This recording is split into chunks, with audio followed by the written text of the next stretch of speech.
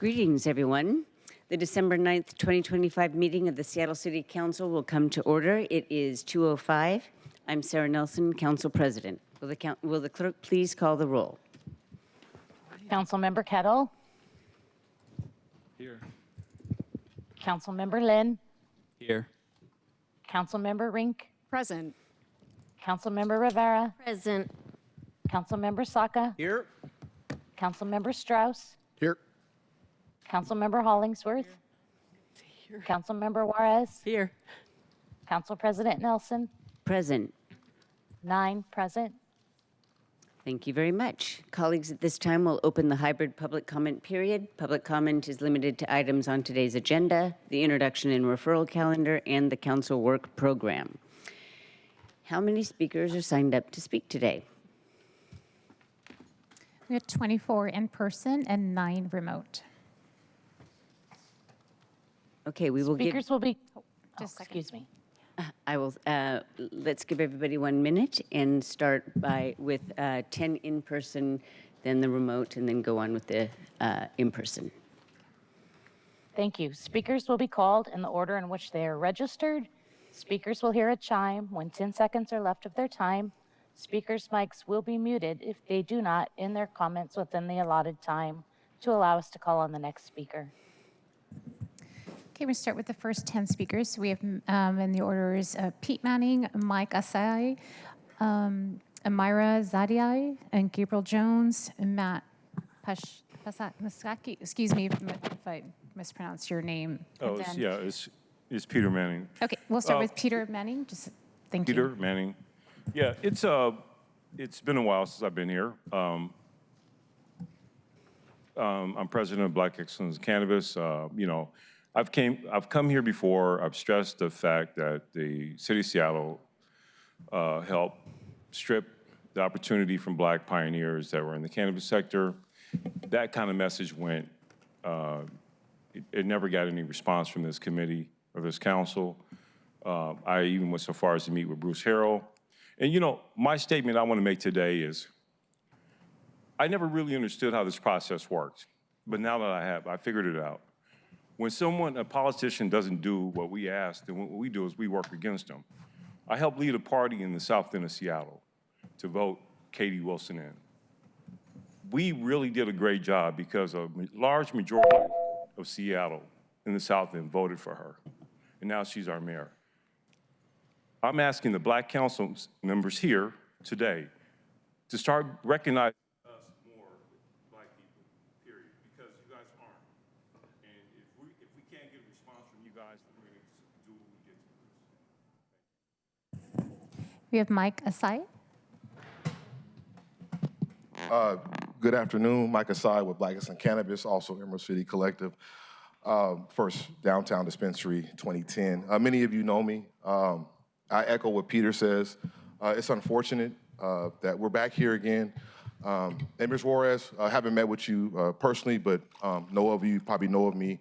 Good to see you back. Mr. Lynn, congratulations, good to see you. The deal is there was money from FAS to go to social equity. When it got across the street, it was gone, okay? Joy, we have respect for you, but I feel disrespected by you in a lot of different ways. You reached out to me in early 2022 when it came to social equity, but now that you've been here, it's been quiet with you. You never said that you had to recuse yourself. I find that disheartening. Ms. Nelson, I reached out to your office several times in regards to our last meeting. I asked for the documentation back. I asked for a copy of it. Went crickets. Gave you the grandfather clause that had David Mendoza, City of Seattle. And this is the stuff that we're dealing with, we're upset with. Something's got to change. We're going to stay here. We'll keep coming back because we are not bad people. We're here to advocate for Blacks and brown in the city. Thank you. Thank you. We have Amira Zadia. She's not speaking. Okay, I'll move on. And we have Gabriel Jones. And then following Gabriel will be Matt. Howdy, folks. My name is Gabriel Diaz, and I'm here to speak today about the SPOG contract. Now, I got to be part of the Sentinel review, where we reviewed the massive unjust force of police brutality against citizens in Capitol Hill in May. What I saw shocked me. Almost 30 people arrested because they wanted to arrest 3 people. 1 who let go of balloons, and 2 who destroyed a bubble machine. That caused massive use of pepper spray, punches being thrown, people who can't work anymore because of untying balloons. I know people can't work. I know people's lives turned upside down because those officers decided ahead of time they wanted payback for 2020. That is outright what officers said was, we wanted payback for 2020. We had a quote from Officer Matthew Didier, who was the head of the CRG at the time, who said, "We're going in heavy and we're gonna put some fucking work in on these guys," while no crimes are being committed. And unsurprisingly, OPA sustained no allegations against these officers. 2020 was a backlash against police forces acting like they had immunity to do whatever they want, whenever they wanted. And this council has given those officers the belief that they can do whatever they want and will face no consequences. You have a choice Thank to you. listen to the people who work for or get voted out. Sarah learned that as a Tanya Wu. And if you want to learn Thank you very do much. not listen to us. Thank you. We have Matt, and then after Matt will be Quincy. Apologies for the mask if it's kind of muffling me. I'm a proud South Seattle resident, actively engaged in my community, and I'm here to demand that you hold SPD accountable and not reward them so handsomely in this contract for their abhorrent conduct I have witnessed firsthand. I won't go into the events of May 24th. I was there, and many people here will already be speaking on that. I do want to highlight a case of a close friend of mine who is an Indigenous trans woman who was having a medical emergency. We called for some medical responders. SPD showed up to proceed to manhandle her out of her own home, and it's luckily she didn't become a murder statistic that night like many other Indigenous women in North America. Just want to frankly just say that our budget it's a moral document of like where the city stands. So please put our money where our mouth is, invest in affordable housing, invest in tackling the issues that are the root causes for homelessness and addiction. And just please don't give them such a handout right before Christmas. They're on the city's naughty list. Give them a fucking chunk of coal. We have Quincy and then Ray Mitchell. Okay. Hi, I'm a resident of Seattle and a member of the community. I actively engage in mutual aid and recently have been helping our trans and immigrant communities. I'm also the victim of police violence, and I'm here to inform you of what the Seattle Police Department did to me and others on May 24th, 2025 in Cal Anderson Park. I was grabbed, pulled to the ground, and punched several times in the head by Officer Callie Heinzman. SPD calls them non-compliance strikes, but I call them multiple MRIs and months of concussion symptoms. I never received medical care for my concussion while detained, not until 3 days later after I was finally released from jail. For almost 24 hours, I was puking my guts out, but instead of care, I was placed in the solitary cells. No one came to my cell while I was suffering from the effects of what SPD caused, and I didn't even get a cup for water until the next day when I was moved to the general population. Imagine being all alone, laying on the floor next to a metal toilet in a cell because you're too sick to move, all because SPD wanted to go in heavy and put some fucking work in, according to Lieutenant Matthew D. Thank you.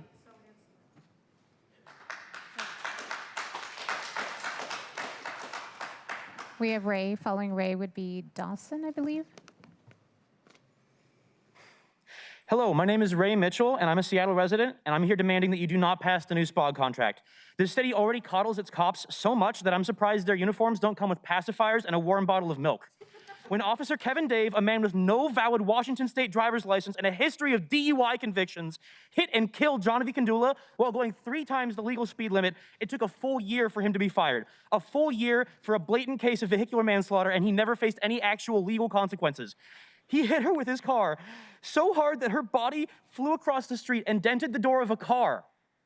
And yet, despite the fact that she was walking through a lit crosswalk, he demanded, when other officers showed up, that they spend some of the last few moments of her life drug testing her. Disgusting. And no real consequences other than losing his job. Seattle police officers have already shot 2 people since the federal consent decree was lifted in September, including one just last week. Please, I don't feel safe with these people having this much power. Do not give them any more. We're not safe with them.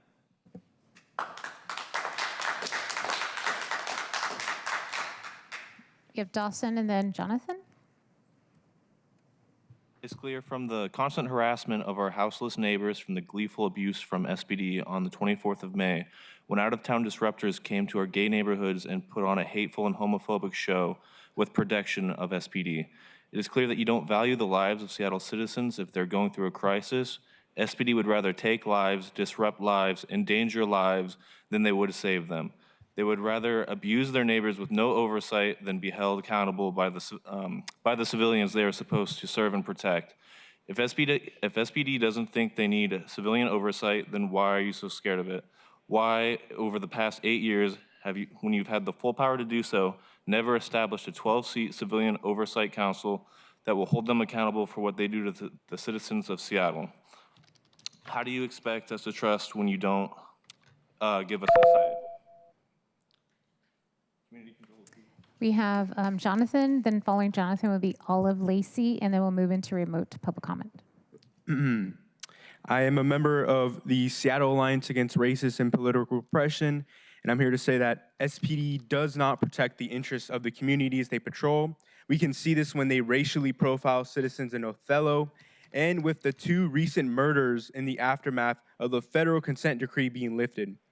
When SPD murdered Jack Pilele, they showed no interest in de-escalating the situation. And when SPD murdered Christian Nelson, they shot up the whole neighborhood and shut down the light rail, traffic, and buses for upwards of 12 hours. They refused to de-escalate and used military-grade weapons to shoot over 24 bullets, which ended up hurting someone who lives in the UW Commons and sending them to the hospital. SPD is occupying our neighborhoods and terrorizing us in order to repress us when we want to do basic things like walk to our grocery stores, when we want to fight for decent job pay, and when we just want to come home and rest after a long day out. And despite all of this, now you want to come to reward them with more power with this contract. We don't need the police to have less accountability. What the neighborhood of Othello that is being terrorized by SPD demands is real de-escalation usage by SPD to identify Thank you very much. that murdered Jack Pilele and Christian Nelson, and for a civilian police accountability council that will let us elect our own. Thank you. The next person is Council with this power to be able to make these changes and bend SPD to the will of the people. And because this contract is in direct contradiction to your time has expired. vote to approve this contract must not go through. Vote no on this SPOG contract. Implement real de-escalation usage from SPD. Identify the cops that murdered Jack Pilele and Christian Nelson, and community control now.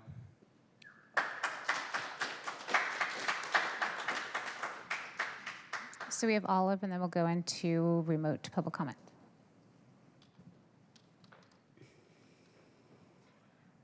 Hi, I'm Olive. I live in Othello, and it was terrifying what happened last week with the murder of Christian Nelson. I live in the area, and I was terrified to come home that day because someone being murdered so close to where I live. It's just insane that we want to give the police more money so they can do more things like this. It breaks my heart for Christian Nelson's family, for Jack Pilele's family. I don't think this contract should go through. I don't think any of us should let it go through. Sounds like a terrible idea to me. I think we need community control of the police. We need control of the budget. We need control of hiring and firing. We need control of the police. Community control now. We'll now move into remote speakers. Our first remote speaker will be Tiffany McCoy, followed by Castile Hightower. A reminder to our remote speakers to please press *6 after you have heard the message that you have been unmuted. Go ahead, Tiffany. Thank you. My name is Tiffany McCoy. I'm the co-executive director of House Our Neighbors. I'm calling today about the 2026 state legislative agenda. Calling to thank Councilmember Kettle for putting forward Amendment F, which would allow the city's legislative body lobbying body to also advance social housing access to benefits that housing authorities and nonprofit affordable housing developers have. And thanks to Councilmember Lynn for also saying that you supported this yesterday in the council briefing. I'm just asking that Amendment F be added to the overall council bill. Social housing has won twice now with voters. It's overwhelmingly supported, and we're seeing across the nation different social housing developers pop up, from Chattanooga, Tennessee to Atlanta, to Boston. So thank you very much. I really ask you all to vote yes on Amendment F. Thank you. Our next speaker will be Castile Hightower, and following Castile will be Kate Rubin. Go ahead, Castile. My name is Castile Hightower, and I am the sister of Herbert Hightower Jr., who was murdered by Seattle police while experiencing a mental health crisis. Similarly to how yet another Black man, Christian Nelson, was murdered by SPD just a week ago today. I am urging you, the Seattle City Council, to vote no on the proposed SPOG contract, which gives SPD less accountability, less transparency, and higher wages, while the city continues to refuse to create resources for victims of police brutality or their family for things such as burial and funeral expenses, medical expenses, mental health care, and more. The community deserves resources, accountability, and repair, not more violence and less accountability, which is what this contract will lead to if approved. Now is the time to do the right thing and reject this police contract. Thank you. Thank you. Our next speaker is Kate Rubin, and following Kate will be Alberto Alvarez. Go ahead, Kate. My name is Kate Rubin. I live in Beacon Hill, and I urge the council to reject the SPOG contract. This contract still does not meet the baseline set by the 2017 Accountability Ordinance 8 years later. Some council members use the terms permissive environment and accountability to justify expanding surveillance and punishment. But approving a contract without real enforceable accountability creates a permissive environment for police misconduct and violence. Cops should not investigate themselves. Investigations must remain within the OPMA and be led by civilians. The city must also expand the care team's scope with civilian-led responses to mental health crises. Rushing this contract through now, just weeks before newly elected officials take office, prevents the leaders Seattle just elected from having any say over a contract that will govern police accountability and harm our communities for years. Councilmember Saka said in the Stranger this morning that he will reject this contract. I urge the rest of you to do the same. Thank you. Thank you. Our next speaker is Alberto Alvarez, followed by Amy Summers. Go ahead, Alberto.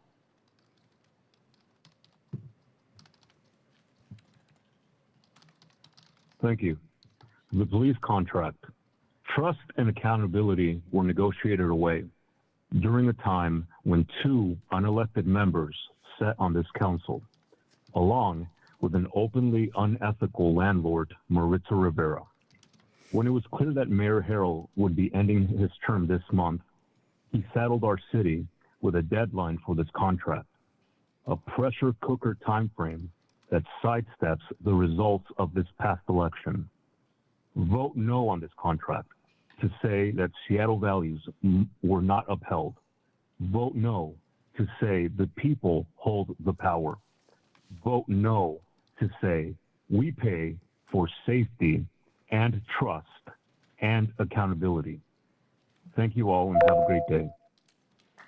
Thank you. Our next speaker is Amy Summers. Amy will be followed by Leonard Harrison Jerome. Go ahead, Amy.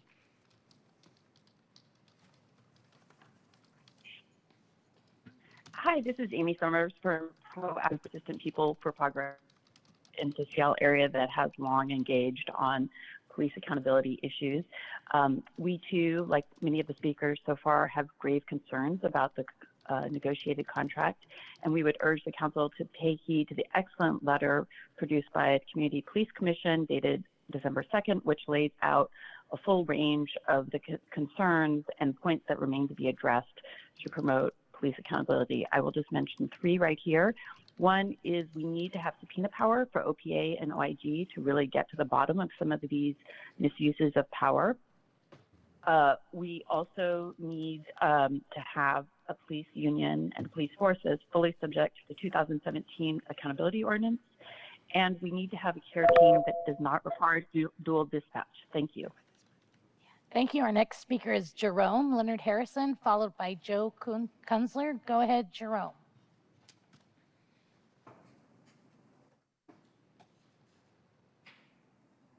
Hi, my name is Leonard Harrison Jerome. I live in District 3. I'd like to start off by thanking Councilmember Saka for standing against this SPOG contract for the reasons he laid out and all the other council members planning on voting no. I'd also like to address Councilmember Hollingsworth, and apologies if you were planning on voting no, but I'd like to remind you of the commitments you made on the campaign trail. When it was asked of you, do you oppose a SPOG contract that doesn't give the Office of Police Accountability and the Office of the Inspector General subpoena power?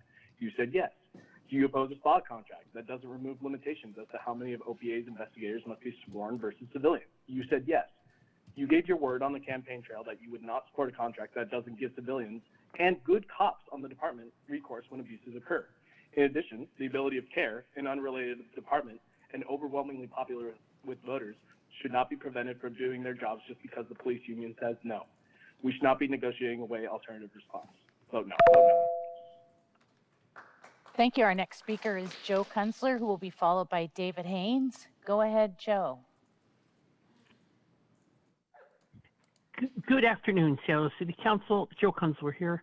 First, I want to say goodbye and good luck to President Sarah Nelson. You will be missed, and you've kept the faith with all the Heidi Wells Wing alumni. Second, I ask that you please approve both the Seattle Police Sergeants and the Seattle Police Officer Guild contracts. They were negotiated in good faith by unions, and if you believe in collective bargaining for some, you must believe in collective bargaining for all. This is a matter of keeping faith with collective bargaining and supporting our brave law enforcement who just the other day had a monster point a gun at them and had to take the monster out for good. Our police also have to deal with various traumatic incidents that most of us don't, such as domestic violence, violence against women, anti-Semitism, and so on. So it's really important to support the police, back the blue, and pass this contract unanimously, please. Thank you for your public service. Goodbye. Thank you. Our next speaker is David Haynes, who will be followed by Riley Avron. Go ahead, David. Hi, David Haynes. Is sobriety negotiated into this police budget? Because those cops would not be shaking so bad from dehydration and brain shrinking that they missed and took so many shots when they shot that guy. They could have only taken one or two. And it's truly unconstitutional to continue exempting drug pushers from jail and then pay the cops overtime to not fight crime. It's like you're going to pay them $250 to show up at a Seahawks game for like 3 hours, dressed like the opposing team, trying to entrap Seahawks fans, and they're going to be making time and a half, and then they're going to be too tired to fight crime in the streets. And the police chief is on record as conspiring a desire to create an easier payday that is boosting the morale of cops. And the cops are starting to hate the poor people sometimes as if that's the nexus of crime because they don't want to delve into the repeat offending criminals that you. Thank you. Our last remote speaker will be Riley Avron. Go ahead, Riley. First, thanks to my Councilmember Saka, for your intention to vote against this contract. I've heard a lot of interest from this council in expanding our alternative response team, but this contract would forbid primary care team dispatch to calls where any of the following things are true. A person is in a car, or a business, or a residence. A person is in a homeless encampment. If there is any report of aggressive behavior, if drug use is suspected, if a minor is present, and the list goes on. This would force these responders to sit out almost every call. If they never go out, the care team cannot possibly be successful. Please vote no. Thank you. We'll now move back to in-person public comments. All right, we're going to start with speaker number 11. So we have, last name is Carol. Thank you. And then after that will be Henry Keene and then Dan House. So I think we all know that speeding the police contract process up now is an attempt to go around the will of the voters and make it impossible for the new mayor and council to make the kind of modest reforms they would like to start with until at least 2027. We all remember in 2018 when the police contract at the time was approved against our objections that stripped away many of the reforms that had been previously won over the decade before. And lo and behold, in 2019, the City Council went far to the left in reaction. And I would like to think that Mr. Saka is not the only one of you who is up in 2027 who does not want to make Mayor Wilson's midterms a referendum on the police contract that would expire at the close of that year. Please listen to the people and do something. Make the police a little closer to everybody else. Henry and then Dan. After Henry will be Dan. Well, 1 minute, huh? Hi, good afternoon. My name's Henry Keene. I'm a physician living in Eddie Lynn's district. Wanted to speak against the SPOG contract, specifically focusing on what it does to the care team. For the reasons that were outlined by a previous speaker just a couple speakers ago, care team is designed specifically to deal with circumstances that the police are not deeply trained to respond to and that they themselves will usually say are not the sort of best use of their time. The problem with this current contract is that although there are, of course, a lot of situations where you need the so-called dual response with police, the decision needs as often as possible to be with the care team themselves, not the police, about where their need is. This contract puts the police, not the trained crisis response staff, in charge of determining the nature of the response in such a wide variety of spaces and other socially complex situations that it destroys their usefulness almost entirely. Reject the contract for this, among other reasons. Thank you.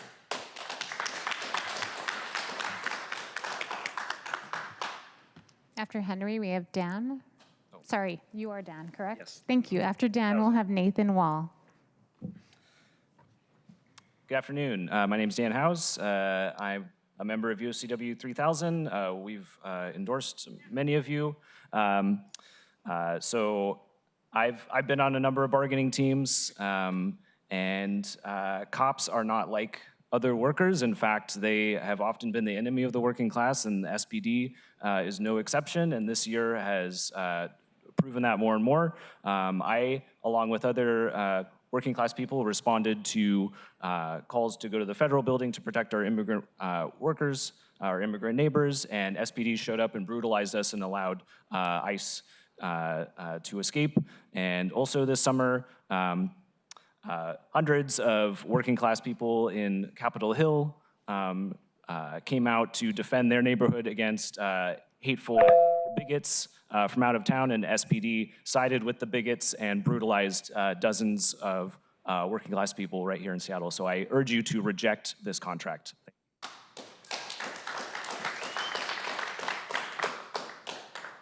We have Nathan and then Howard Gale. I think we deserve more than 1 minute today, but that's okay. I'm here today to echo the words of other people in encouraging you to vote against the SPOG contract. I really appreciate Councilmember Saka's op-ed. It was a very well-written op-ed, and I agree with every word of it, so I appreciate that. So I want to echo your words as well. Something I want to point out about the recent police murders of Mr. Paleli and Mr. Nelson. Mr. Paleli was killed after dropping his knife, as the officers ordered him to. And Mr. Nelson's body was left on the ground for 12 hours. This is unacceptable.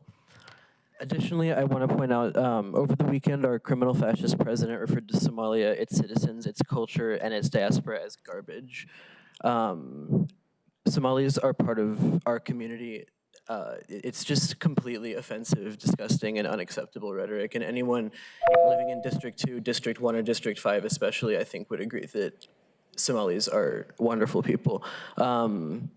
Then ICE shows up in our neighborhood. We need SPD to stand up to ICE and not let them take away our neighbors. So thank you. Will not let SPD work with ICE. Thank you. After Howard, we have Andrew Olson. Hi, Howard Gale. So this is part public comment, but it's also part correcting the gross disinformation that was spewed from this dais yesterday. So there's 4 points out of the 12 false claims made here yesterday. I'm going to go through them. 1, contrary to what was repeatedly stated yesterday by Greg Doss, Councilmember Juarez, and Councilmember Rivera, it is not state law that negotiations with public employees are confidential. That is specifically and only a Seattle municipal code. That's number 1. Number 2, there's a claim made that we have to negotiate in good faith, that it would be an unfair labor practice. Well, tell that to Washington, D.C., to Newark, to Nashville, to many cities in New York. that have actually challenged. So for example, New York has a Taylor law, which is very similar to the state of Washington's labor law. Very similar for public employees. We can reject this contract and demand that we have accountability measures. Almost finished. 3 false claims were made about how unimportant it was to have subpoena power for the OPA. Subpoena power, I was there in 2014, 15, and 16 when that was created. The reason for the subpoena power— Thank you from Mr. Gale. What SPD officers might have told— Thank you, Mr. Gale. Absolutely instrumental. And fourth, I just want to say, we've been talking about revising, and that's in the contract, revising the arbitration for officers when they want to get out of discipline. That was not 2017. 2017 created the Public Safety Civil Service Commission to get around arbitration that always favors officers. Thank you for your 4 points. Thank you for your 4 points, Mr. Gale. Following your comments this morning at Public Safety Committee. 10 seconds. The most important aspect, if there's one important aspect, was the end of arbitration. 4, And here we are, 8.5 3, years later, 2, continuing the charade of 1. arbitration. Thank you. Mr. Gale, you said 10 seconds. There you go. Thank you. We have Andrew. Andrew, and then following Andrew will be Cleo. Hi, there's been a lot of bemoaning of the cops, so I just wanted to say I respect order, and that's why I will respect my time restriction. And I just want to say that with the incoming mayor, who's already said she will defund the cops, you'll have plenty of disorder on your hands. And given chop, chaz, chode, whatever it was, we had plenty of that stuff, and it wasn't pretty. So I wish you all luck. And then we have Cleo, and then following Cleo will be Nicholas.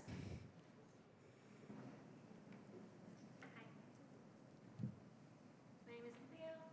I'm a member of the Seattle Alliance Against Racist and Political Repression and a South Seattle resident. The Seattle Alliance was formed in 2020 after thousands of people took to the streets in response to the killing of George Floyd by Derek Chauvin, and 5 years later, our demands remain the same: for real accountability of the police, to put the power back in the hands of the people. And I'm here to echo what my community has been saying as we demand accountability and not a SPOG contract that fundamentally does nothing to hold the police accountable after they have been terrorizing the residents of South Seattle. And to demand immediately that the officers who killed Jack Palelli and Christian Nelson are identified so that they can be held accountable by the people. Thank you.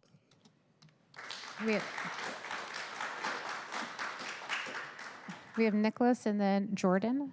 Great, thank you. Thanks for your service, members of the City Council. I'm a Seattle resident of District 7, and I'm a commissioner on the Human Rights Commission and the Appeals Chair. I urge you to vote no today on the SPOG CBA. And I'm with the Community Police Commission on their letter from December 2nd that echoes many of the same sentiments. The CBA draft falls below the 2021 Washington State standard, and it's lower than many other major U.S. cities that Seattle consider itself to be a more wonderful, prosperous, and lovely city to be.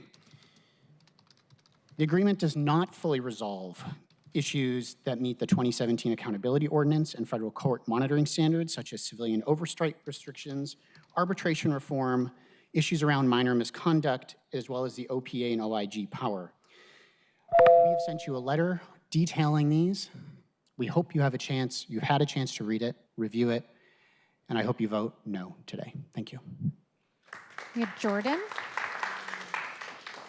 Jordan and then Kate. Hi, my name is Jordan Pomeroy. I'd like to start by recognizing this is unceded Duwamish territory that we are all entitling ourselves to right now. I'd like to also address that I am a parent. The SPOG issue is what I'm here to address. I'm a parent of 3 kids. And so the best way I know how to talk to you is not in your coercive language the way that you do, but to say that the way that you're doing it is not working. Enabling cops is hurting Black, Brown, Indigenous, marginalized communities, and we are shedding blood for you to sit here and get paid. Think about that for a second. I have had a police officer personally put a gun to my face. Think about what the likelihood of that might happening to you. Probably not so much, right? Think about the entitlement that you're sitting with. Think about your impact on your community, your family members. That's all I have to say. Thank you for my time. We have Kate, and then following Kate will be Yvette. Good afternoon, council members. Thank you for the opportunity to speak today. My name is Kate Garvey, and I am the CEO of the King County Sexual Assault Resource Center, or KSARC. We provide legal, medical, and general advocacy, clinical therapy, and prevention services for survivors of sexual assault and child sexual abuse, services Seattle residents use every day. I'm here regarding today's amendments to the city's 2026 state legislative agenda. While it covers many public safety priorities, I want to lift up one piece that is especially important to survivors we serve: the city's commitment to funding organizations and programs that support survivors and victims of crime. I also want to thank Councilmember Kirk for keeping this amendment on today's agenda. We notice that, and we appreciate that.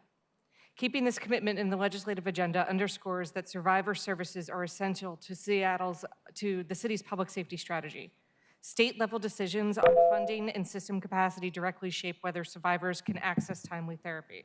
Thank you again for keeping this commitment in focus and your partnership in ensuring these services remain available. After Yvette, we have JC and then Bennett. Good afternoon, council members.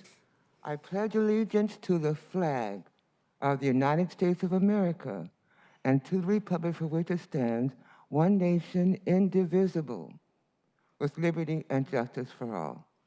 And on the subject of law enforcement, I'm following up on the council approved having more surveillance, public surveillance camera installed, and I'm asking when that's going to happen.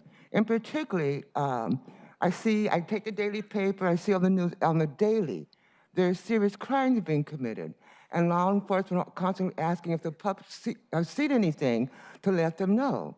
And it breaks my heart that all too often, people being harmed are teens, young men, as young as 14. And in my opinion, having public surveillance cameras would be a valuable aid in helping law enforcement do their job. Thank you.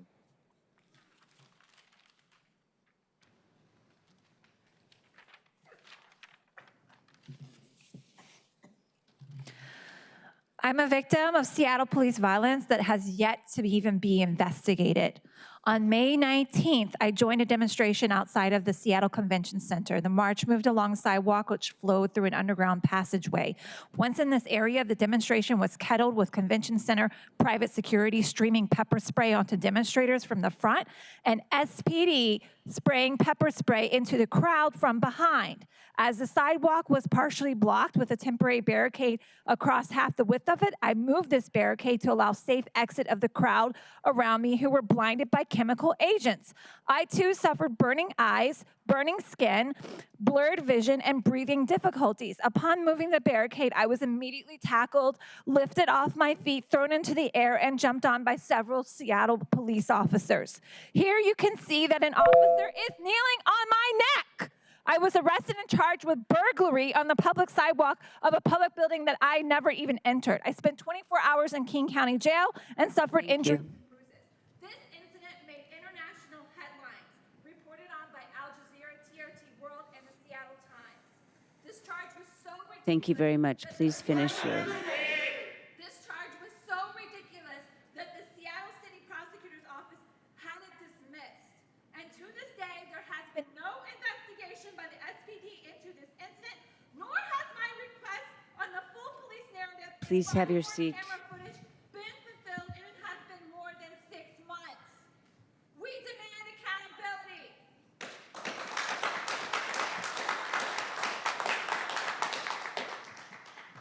After Bennett, we'll have Noah Williams. Good Good afternoon, Council. My name is Bennett Hazelton. I've told you all this story before, but I was arrested with a bunch of people back in 2020 where the police said that I was part of a riot outside the police station that had set fire to a dumpster. And in real life, at the time the riot was going on, I had credit card receipts proving I was at Pagliacci Pizza about 2 miles away. I swear to God, I had nothing to do with the riot or the fire or any of that. And I was held in jail for 2 days because they arrested me because they said I was at this riot. We later found out that what happened was that one of the women who was arrested, her arrest report had my name in it. In other words, we realized they had taken a list of us that were known to be involved in protests, and they had just copied and pasted the same statement into each person's arrest report and then did Control-F to go and change the names, regardless of whether it was true or not, and apparently they missed one. Now, this is far from the worst thing that SPD has ever done, but if you can't handle accountability in a clear-cut situation like that, you know, what hope is there for murkier situations? We need more civilian oversight, more accountability for the police. Thank you.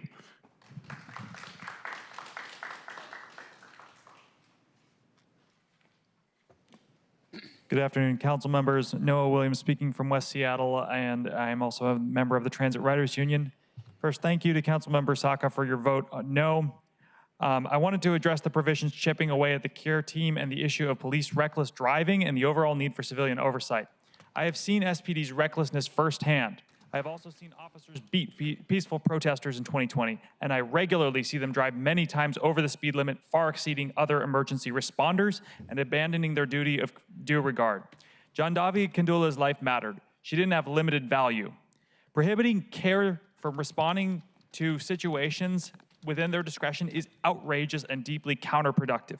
If you let this budget pass, vulnerable people will not get care, because good people who see their struggles day in and day out, like our transit operators, won't call 911. They have a conscience and they don't want to see their passengers shot or beaten. A 40% raise for the cops with no oversight? I don't even know what to say to that other than vote no. Thank you. That was our last in-person speaker. Thank you. Are there any further on? No registered, no further registered speakers. All right, thank you very much. Public comment period is now closed. We will now consider the, let's see, if there's no objection, the introduction and referral calendar will be adopted. Seeing no objection, the introduction and referral calendar is adopted. And if there's no objection, the agenda will be adopted. Hearing none, the agenda is adopted. We'll now consider the proposed consent calendar. And the items on the consent calendar are the minutes of December 2nd, 2025, Council Bill 121136, payment of bills, appointment from the City Council, one appointment from the City Council, 4 appointments from the Finance, Native Communities, and Tribal Governments Committee, and 21 appointments from the Transportation Committee. Are there any items that council members would like removed from the consent calendar? All right, hearing none. I move to adopt the consent calendar. Is there a second? Second. Thank you. It's been moved and seconded to adopt the consent calendar. Will the clerk please call the roll? Councilmember Kettle. Aye. Councilmember Lynn. Aye. Councilmember Rink. Yes. Councilmember Rivera. Aye. Councilmember Saka. Aye. Councilmember Strauss. Aye. Councilmember Hollingsworth. Yes. Councilmember Juarez. Aye. Council President Nelson. Aye. 9 in favor, none opposed. Thank you very much. The consent calendar passes. All right, moving on. The the consent calendar items are adopted. Will the clerk please affix my signature to the minutes and the legislation on the consent calendar on my behalf? And will the clerk please read item 1 into the record? Agenda item 1, Council Bill 121132, relating to city employment, authorizing execution of a collective bargaining agreement between the City of Seattle and the Seattle Police Management Association to be effective from January 1st, 2024 through December 31st, 2027. Okay, I move to pass Council Bill 121132. Is there a second? Second. All right, it's moved and seconded to pass the bill. I am, as sponsor of the bill, because I am chair of the LRPC, I will address it very, very briefly, and then provide the opportunity for Councilmember Kettle to, who is chair of the Public Safety Committee, to address it more. This bill is to adopt the Seattle Police Management Association contract, and it was negotiated in tandem with the SPOG contract to adjust leadership salary levels in alignment with what the officer salaries do in their contract. And those represented in this contract include sergeants, lieutenants, and captains at SPD. Councilmember Kettle, the floor is yours. Thank you, Council President. Colleagues, obviously the SPMA is the one for our senior officers within the police department. This is separate from the Police Officers Guild. So this one relates to our captains and our lieutenants and the like. And this follows pretty straightforward. It has similar time periods as the SPA contract, but the SPMA, a lot of the pieces are built in here, as we've noted yesterday, and so my recommendation is to support this bill, and I'll save my comments for the SPOG bill, because I'm assuming that's going to be the one where there's more questions. Thank you, Council President. Thank you very much for that committee report. Are there any questions or comments on this piece of legislation? Looking for hands. Councilmember Lynn, please go ahead. Thank you, President Nelson. Thank you, Councilmember Kettle. I will be voting yes on the SPMA contract, and I just want to point out I'm very thankful that the contract includes a provision that they are fully agreeing to the implementation of the 2017 Accountability Ordinance, and they are reserving the right to bargain the impacts of the Accountability Ordinance, which I support. But I just think and we'll have further comments on this later with the SPOG contract, but I think it's an important contrast for us. And with that, I just want to say I will be supporting the SPMA contract. Councilmember Rink. Thank you, Council President. Actually reflecting the comments just expressed by Councilmember Lynn, just for the listening public, we are taking up two separate actions today, one for SPMA's contract and the other for the SPOG contract. And on the SPMA contract, I do think there were meaningful measures in terms of some accountability, being able to increase accountability in some of those measures, and I will be supporting. Thank you. Before I call on Councilmember Osaka, I see your hand raised. I do have to make a correction to what I said. The Seattle Police Management Association contract does not apply to sergeants. That was my mistake. Only lieutenants and captains. Please go ahead, Councilmember Osaka. Thank you, Madam Council President. And I, too, will be supporting the SPMA contract. I think it's a good deal for the city of Seattle. It has very robust accountability provisions baked in. They were specifically negotiated and agreed to by SPMA. And as Councilmember Lynn noted a moment ago, it does bring us into direct alignment with the 2017 Accountability Ordinance, the impacts of which still could be negotiated, which I understand. But for those reasons, I will be supporting this. Thank you. Okay, I'm looking for other. Nope. All right. I see no further hands raised. I will simply say that this did take a while to negotiate, and it is. I just want to thank the members of the Seattle Department of Human Resources and our Labor Relations Group, and also the members of the executive team for coming together with council members on LRPC to wrap this up. Finally, it did take a while to actually approve in LRPC, but I'm glad that it is finally before us. All right, will the clerk please call the roll on the passage of the bill?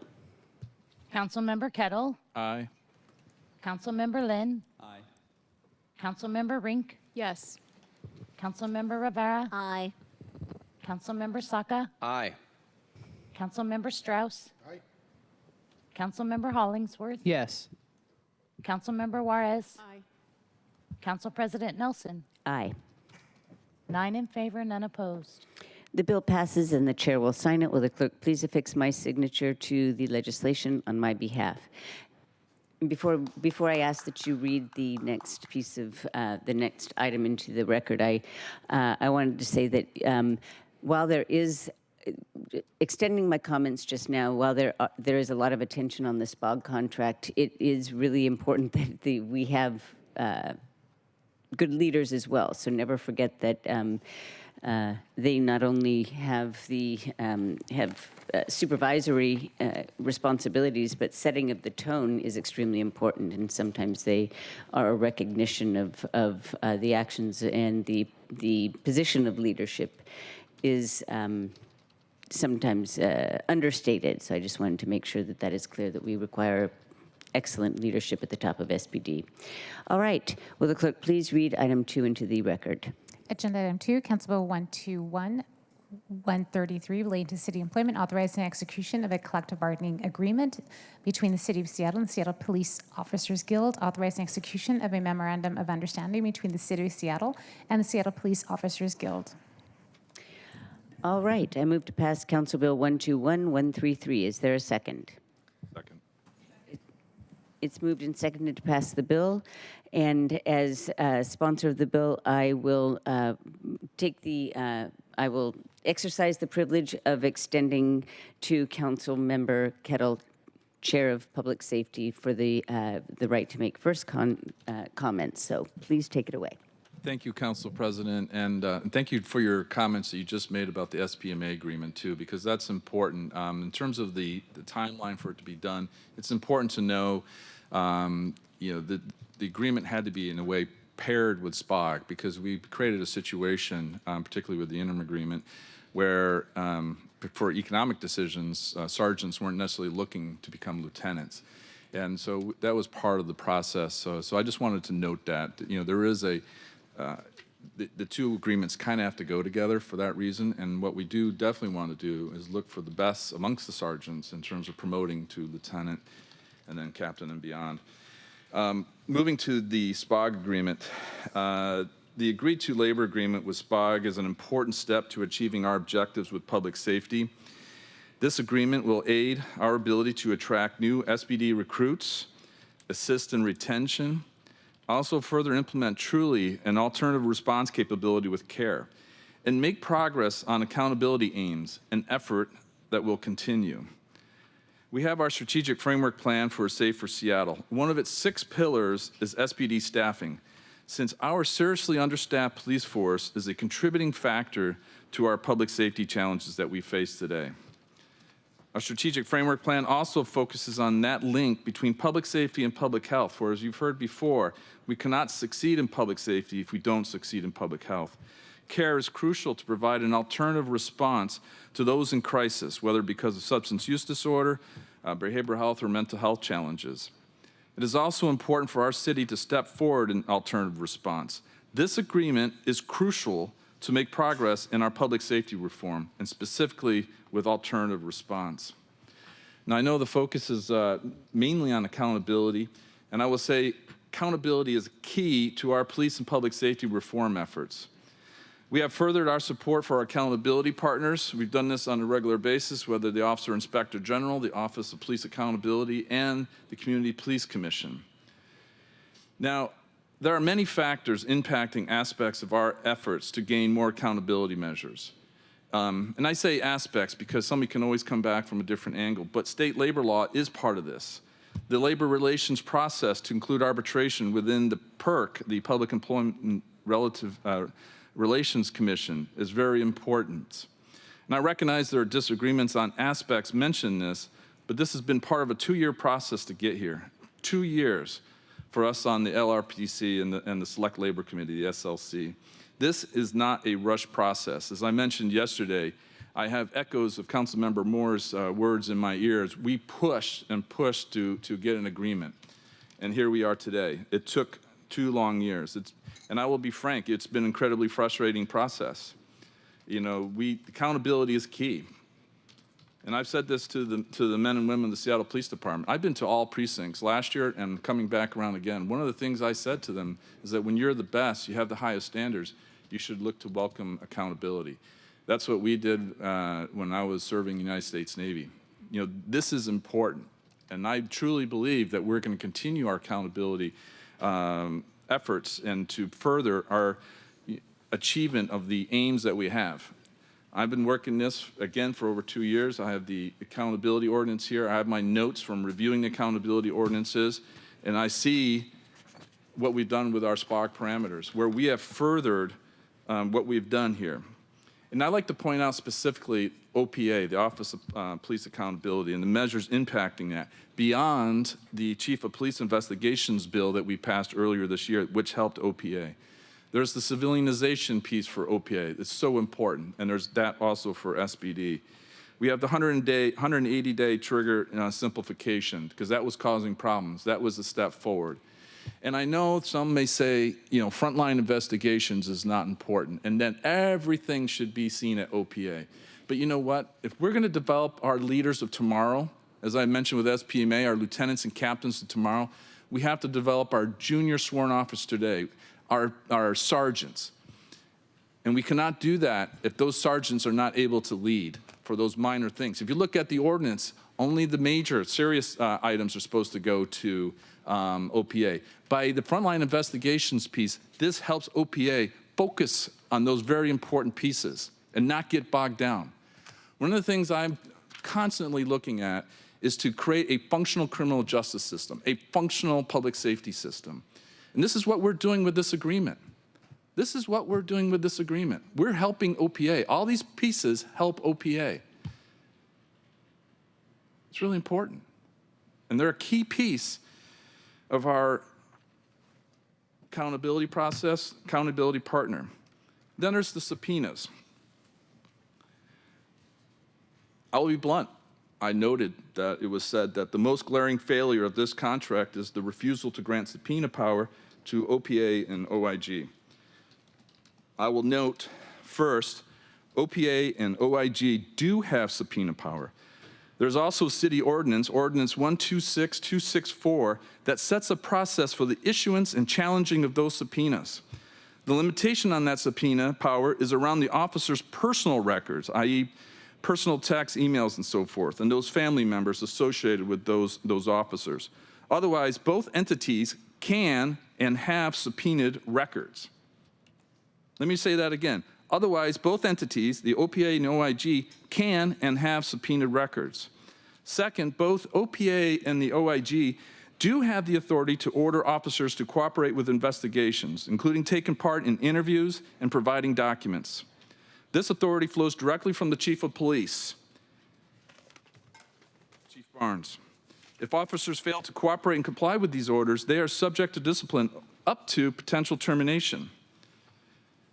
So, yes, there is the issues related to third-party records, but hey, this point that was made needs to be essentially corrected to note that OPA and OIG do have subpoena power, and they do have the authority to order officers to cooperate in investigations. So, pause. When you walk through these different pieces, when you talk about when you talk to the strategic plan for a safer Seattle, talking about SPD staffing and all the pieces that we're doing there. We talk about alternative response in terms of really pushing forward public safety reform. When we talk about accountability, as we continue our march forward on accountability, and we will continue that march forward on accountability, just as we will continue reform in this post-consent decree world that we're in. But these pieces are facts. And for those that were serving on the LRPC, we've been working through these things. It's a two-party process, these negotiations, and we've been working through this. And these pieces that are part of the accountability and operational parameters of our agreement do push us forward in terms of accountability. And I recognize some don't agree with that, but that doesn't change the fact that we are still marching forward, and we will continue to march forward. And I say that these pieces that I've just laid out do justify a yes vote. So colleagues, I ask for your support for this bill. Thank you very much, Council President. Thank you very much. Are there any other comments before we take a vote?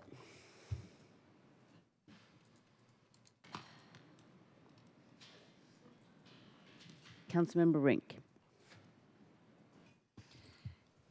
Thank you, Council President. Colleagues, I am voting no because Seattle deserves both safety and accountability. And this contract doesn't deliver on accountability. And before getting started on my remarks today, I want to thank the members of the public who came to provide comment today, people who have directly experienced use of force from SPD, people who serve on our commissions, people who take care of our neighbors. Thank you for giving comment today. Government is better when people are empowered to express themselves and use their voices, so thank you. And as mentioned in a letter from the Community Police Commission to City Council, there are still significant accountability concerns with this proposed agreement. To quote, ultimately, the CBA retains the requirement that officer misconduct be proven with an elevated standard of review. This contract doesn't make progress on the issues related to subpoena authority. And colleagues, as I stated yesterday during my line of questioning to staff, it appears to me that the requirement of having a sworn officer as a lead or co-lead of investigations of misconduct within a department is at odds with the accountability ordinance, as it may not be a configuration that best supports public trust in the complaint handling process. This is before even getting into the fact that this CBA still significantly maintains tight restrictions on the types of incidents that the care department can respond to without SPD officers in a solo dispatch scenario. This contract provides significant pay increases, but fails to include meaningful accountability provisions that our community has been demanding for years. It doesn't strengthen civilian oversight. It doesn't make it easier to remove officers who cause harm and violate public trust. It doesn't include transparency measures that build confidence between law enforcement and the communities they serve. In short, this contract asks Seattle taxpayers to invest more in policing without requiring more accountability in return, and that's not a deal I can support. I believe in public safety. I believe people deserve to feel safe in their homes, their neighborhoods, and their city. But I also believe that real sustainable safety requires more than just officers. Real safety requires the right responses for given public safety scenarios, for violence prevention. Real safety comes from economic opportunity, stable housing, and support systems that prevent crime from happening in the first place. And this contract invests in one piece of the equation, and it does so at the expense of others. So I will be voting no today. And I support improving public safety. I understand the difficulties of police work, but this contract simply does not include the accountability provisions that Seattle needs, and it represents budget priorities that I don't believe align with investments that make us safer. We can do better. Thank you.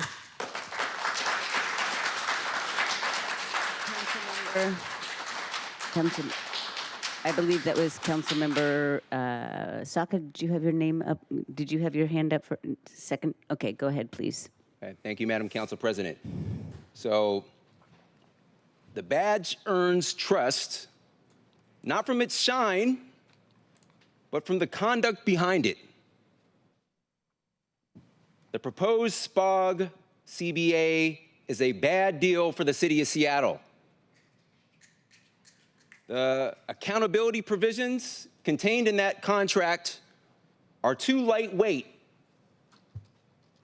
and do not at all close the gap between what's set forth in our accountability ordinance, our city values, and the terms and conditions in the final agreed upon contracts. For those reasons, I will be opposing and voting against this deal. But first and foremost, colleagues, members of the public, before we talk a little bit more, there's a lot of nuance here. And just hearing at least one of my colleagues speak a moment ago, I would 100% agree. There is a lot that needs to be corrected.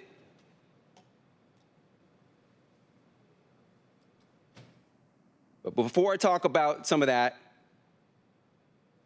and correct the record, I want to speak as Rob.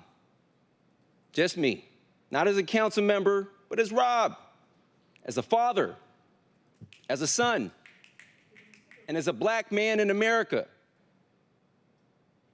My experiences in this country is not something I can shed or put aside if it's not convenient for me. It's the lens through which I see safety, justice, and yes, accountability. It is the compass that guides my public service.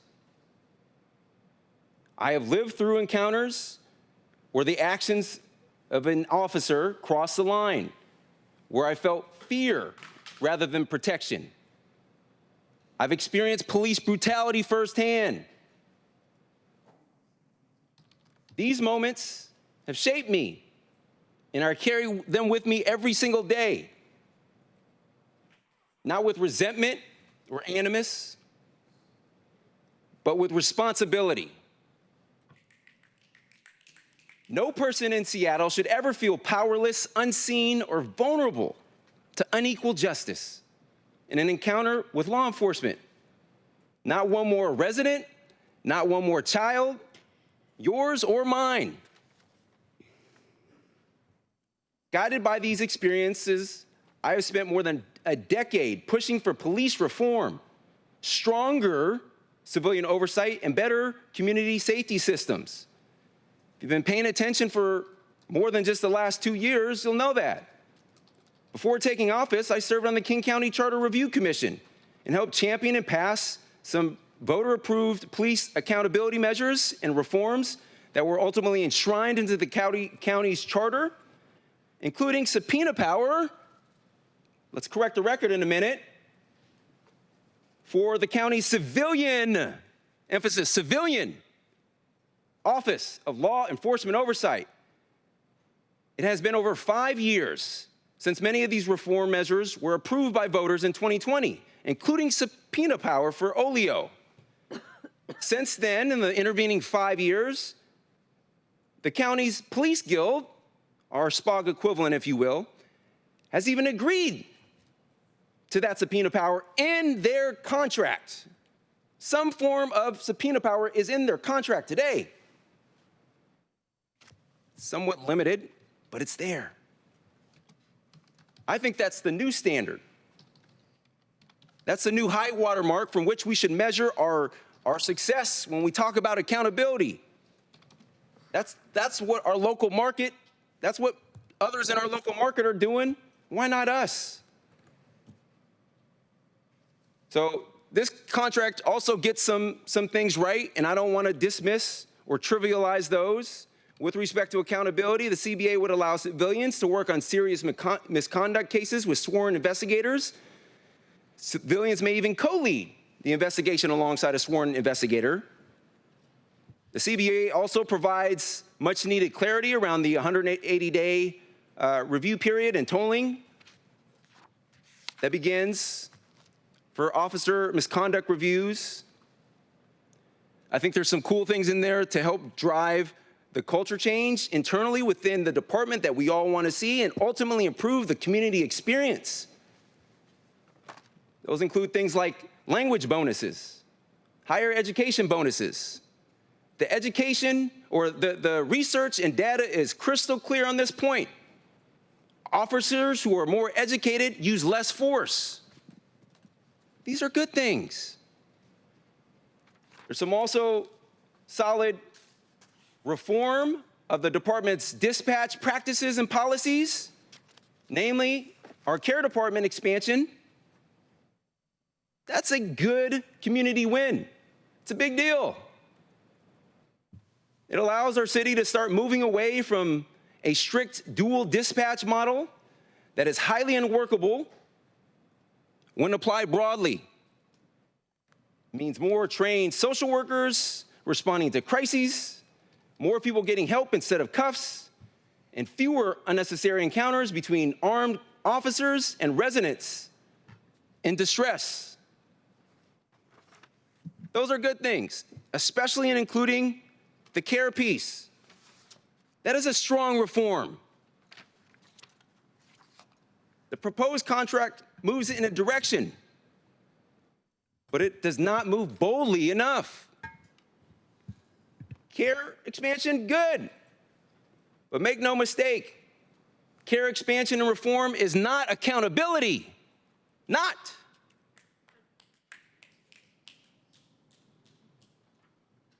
It does not strengthen oversight or prevent misconduct. It does not bring this agreement into closer alignment with our 2017 Accountability Ordinance. You heard me talking time and time again about my fundamental belief and approach to avoid the one or the other. I'm a yes and person. Seattle needs reform and accountability. Can't just hang our hats on the reform piece and then slap each other high fives like we're doing a great job. This CBA gives us one important thing, but it does also sidestep the other yet again. And yes, with emphasis, the single most egregious failure, there's a lot, but the number one thing, in my view, as someone who's worked on this as an attorney, an advocate for a decade, that's why I need to correct the record, because I have more knowledge about this than many others.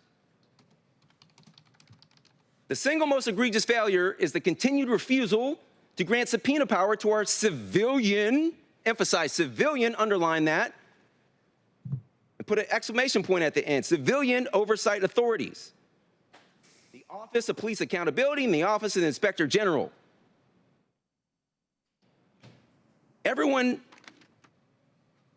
work records are subject to inspection, review by anyone as a city employee. At a bare minimum, because of our open public disclosure laws and requirements. There's no reasonable expectation of privacy when with comms, for example, on your work computer or work device. We ain't talking about work computers and work devices. Personal records, bank records, phone records, social media content. Not all social media content is public, obviously. Distinction one. Distinction two, yes, again, no reasonable expectation of privacy for our own things that we do on our work computers, work devices, etc. For us, personally, what about third parties? That's the second important distinction. The subpoena power must be broad enough that it covers third parties. Banks, so bank records, social media platforms, friends of the people subject to the investigation. Maybe it could be a police officer at another agency, for example. These distinctions matter. And there's some confusion about, well, if the chief requests some records, of course, same thing. If our bosses request records today, we don't comply, yes, you're gonna have to deal with disciplinary consequences. We ain't talking about that. This is not about that. Remember what I said earlier, civilian oversight of law enforcement. Last time I checked, the chief of police is not a civilian. Civilian oversight of law enforcement. So thank you for allowing me to correct the record in part, not the one. But without this subpoena power, like we could talk all day. I could educate some all day. All that is to say, without this important power, investigators cannot require officers or witnesses to participate, access all key records and evidence that they need to carry out the investigation, or independently verify statements, the accuracy of the statements. They cannot gather information that would reveal misconduct patterns or verify claims made by the officers. Investigations cannot be complete without those tools because oversight essentially becomes guesswork. And when investigations are incomplete, trust erodes, misconduct festers, and communities suffer and will continue to suffer. That alone, for me, justifies a no vote. Further community disappointments include the retention of loopholes that allow unnecessary delays in investigations and keeps disciplinary rules inconsistent and vulnerable to arbitration rollbacks. Accountability cannot function under those conditions. This agreement carries a massive price tag as well. According to the central staff estimates in the analysis memo, it would add tens of millions of dollars above baseline over 4 years, 12 million in year 1 over baseline, 22 million in year 2, 42 million, I think, in year 3, and 50-something million in year 4. Tens of millions of dollars. Our officers within SPD today are already the highest paid in Washington state. And it's a hard job to work here in Seattle. I don't care what you do. And I think irrespective of your core job or function, if you're a city employee, you should be at the higher or the highest end of salaries compared to what other local jurisdictions offer. So I do think Seattle police officers should be at the higher end of the spectrum, but they're already there today. And if this contract is not approved, that will remain will remain true tomorrow. Let's be honest, I think there's also some really important pressing community needs as well. We're taking this vote here today, but everything we do is not taken in, we can't take everything in isolation, in a vacuum. We recently passed our council $8.9 billion council budget. Today, there's working families that are facing crushing housing costs, escalating childcare costs and related childcare shortages, homelessness, food insecurity worsened by federal SNAP cuts, and rising behavioral health needs. Every single dollar matters. I cannot justify spending so much more on officers right now who are already earning the most in the state, while essential accountability tools remain missing. Just a few weeks ago, colleagues, and I don't harbor any bad feelings, or it's not sour grapes at all, but does bring up a good opportunity to provide some contrast with some very recent votes we just took on the budget. In the budget, I propose an amendment of $125,000 for the West Seattle Food Bank. Another amendment for $35,000 for the Center for Active Living to help seniors in West Seattle. I propose an amendment for $70,000 for Cultivate South Park.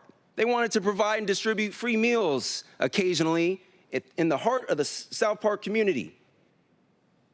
I propose an increased investment to support critical community projects for a new international public market, to add an additional $500,000 on top of the baseline amount of $1 million that we were able to ultimately offer them, an additional $250,000 for the Highland Park Improvement Club, $1 million for traffic safety along a dangerous blind stretch along Admiral, specifically to address some pedestrian safety. People have died at that very dangerous blind stretch that was subject of my amendment. And within a week, something was in the West Seattle blog, there's another big major crash. We failed to show up there. And I think those were very modest and reasonable investments, and more worthwhile in the moment than the tens of millions of dollars we're being called upon to invest in officers today who are already paid the highest. This moment also demands more vigilance. The cruelty and encroachment of the Trump administration has triggered widespread fear, particularly with our immigrant and refugee communities. When federal power feels unpredictable, the strongest local oversight, civilian oversight, becomes essential. Our city cannot claim, on the one hand, to resist and clap back against federal overreach, while on the other, accepting a contract that weakens oversight here at home. So in short, the CBA offers progress, some of which should be celebrated, but not the level of clarity and accountability that this moment demands right now, today. We need transparent processes. We need a fair and consistent set of consequences. We need a structure that empowers the department to thrive and the community to trust. Until we reach that, I can't support this contract. I appreciate your patience and grace. This is important. This is a very complex, nuanced topic of which is very personal to me, from my personal experiences and my professional and volunteer experiences. We need to address the root cause of these continuing bad contracts. Today's vote obviously engenders a very candid conversation, but let's continue down that path towards transparency. Talk more about the root cause. Our system is fundamentally broken. Our state law keeps it broken. It is past time to address this root cause. Washington's system is built to produce weak oversight. State law prevents cities like ours from unilaterally strengthening police disciplinary rules. That means anything and everything tied to misconduct must be specifically negotiated, bargained for, and agreed to by both parties. Under current state law, even police misconduct matters are considered routine or standard, quote unquote, terms, and here's a legally operative set of words, terms and conditions of employment. Even misconduct matters are considered terms and conditions of employment that are therefore subject to the collective bargaining process. That is backwards. This means that community protections become bargaining chips and transparency becomes something that is frequently traded away in exchange for raises and staffing concessions. The whole system treats police misconduct rules like it's a perk or a benefit. That is a design feature. That is a design feature that shields institutions. But it's not at all a bug our city is empowered to fix from the inside. Police, and here's why it's different. Here's why it's different. Police officers carry the state's authority to use deadly force. To use force and including deadly force. Nothing about this solemn authority is routine or standard. This authority to use force and potentially take a life requires a stronger set of oversight, not oversight designed to collapse during negotiations. The legislature must act. The legislature must change this law now so discipline and misconduct rules cannot be bargained away. Please. Without that change, Seattle will continue to face contracts that undermine our values. Lives are literally dependent on it. I'm not done. Thank you for your patience and grace. To the advocates, organizers, and residents pushing for stronger accountability, I hear you. I see you. I carry many, not all, of the same experiences and concerns. Accountability is not a progressive wish list item. It is a moral imperative for a city that wants safety with dignity, protection with fairness, and justice and compassion. We need systems that hold all of us to high standards and that treat our communities with care. Anything less erodes trust and harms both officers and civilians. And to members of police, law enforcement, anything tied to public safety, let me be absolutely clear. I hold deep respect for the men and women of the Seattle Police Department who serve with integrity. I know their jobs are hard, not at all easy. I know the sacrifices they make, and I value their service. I've sat with officers who are proud of their work and who want a department that reflects the best of what policing can be. My call, my demand for stronger accountability is not a criticism of those officers. It is a statement of faith that a stronger department is possible and that accountability is the path to get there. SPD leadership is working hard to rebuild trust. Many officers want a culture that lifts up the good and addresses the bad. And I'm committed to working with them, not against them, to achieve that goal. Bottom line is this: we strengthen public safety when we strengthen accountability. The two rise and fall together. To my colleagues who served in the LRPC, learning a lot of important things about nitty-gritty policy, internal policy committee here within the Seattle City government. I don't happen to serve on it. I want to thank you for your service.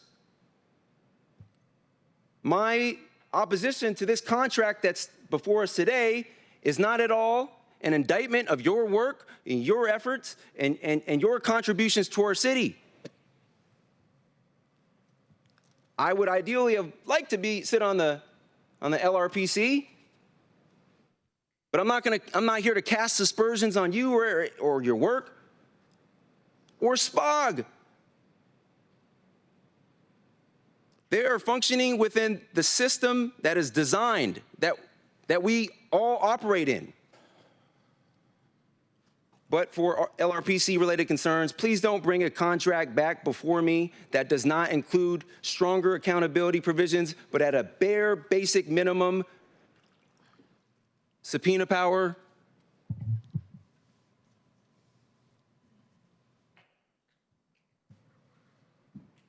I stand ready to continue doing this work. I appreciate this is a passionate conversation. And we're having it on the fly in real time in the public. And I think some things were said earlier that in the moment, I probably should have done a better job of assuming better intent.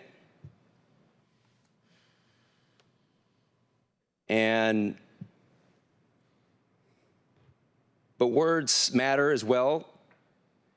And we also need to be clear not to undermine or impugn people's motives, people's background, experience, and expertise and familiarity with the underlying subject matter. So I ask for grace from my colleagues if I didn't live up to the value I just stated in terms of assuming good overall intent, but I am going to ask you to extend that same courtesy to me. Thank you.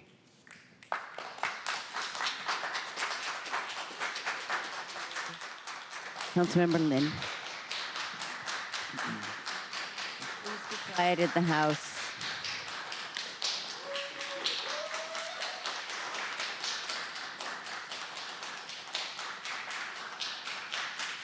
Please, order. Stop clapping. We have to continue. Do you want us to just sort of take a recess or here or anything? Councilmember Lynn.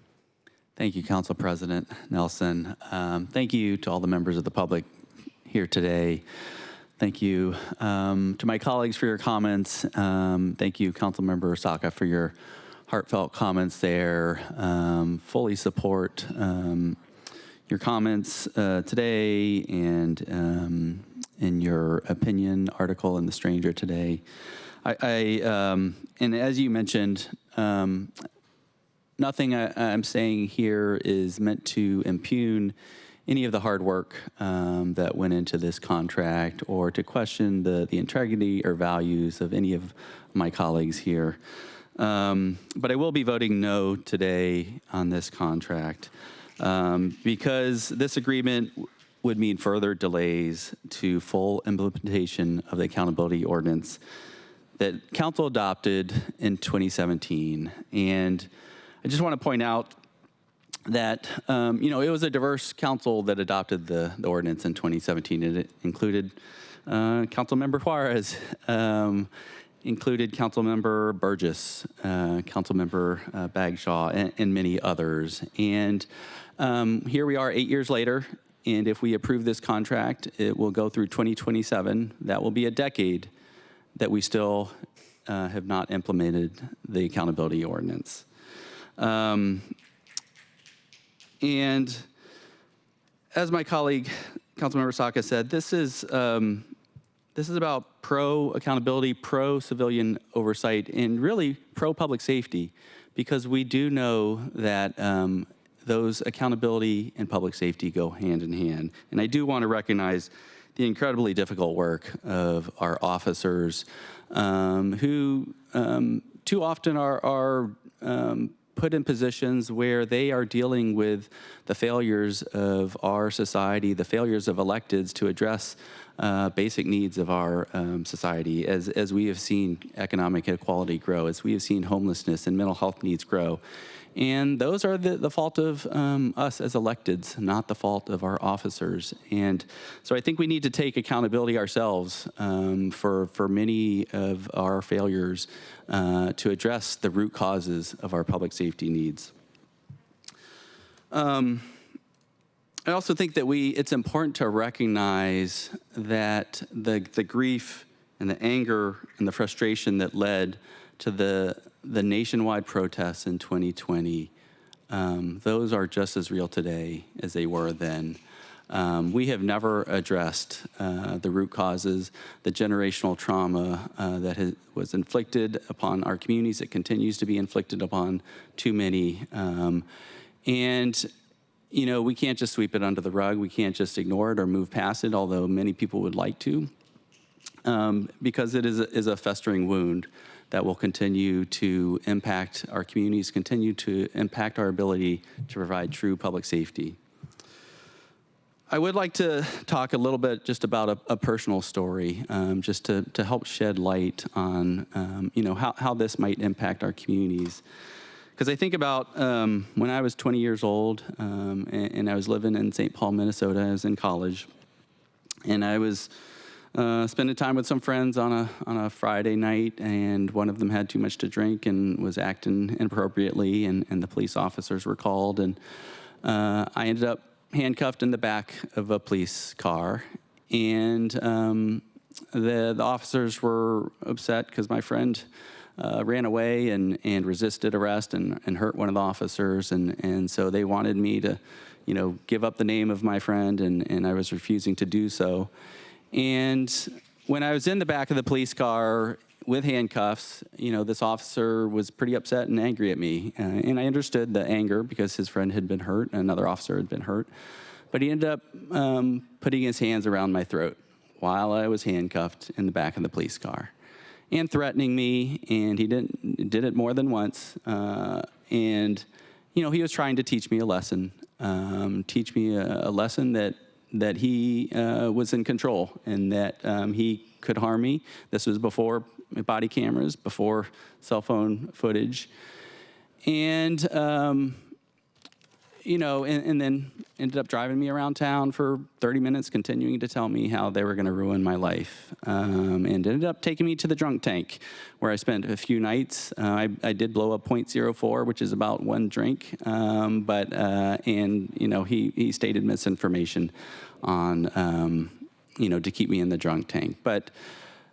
So that was one instance, and I reached out to the police accountability and submitted a letter, and I don't remember any response.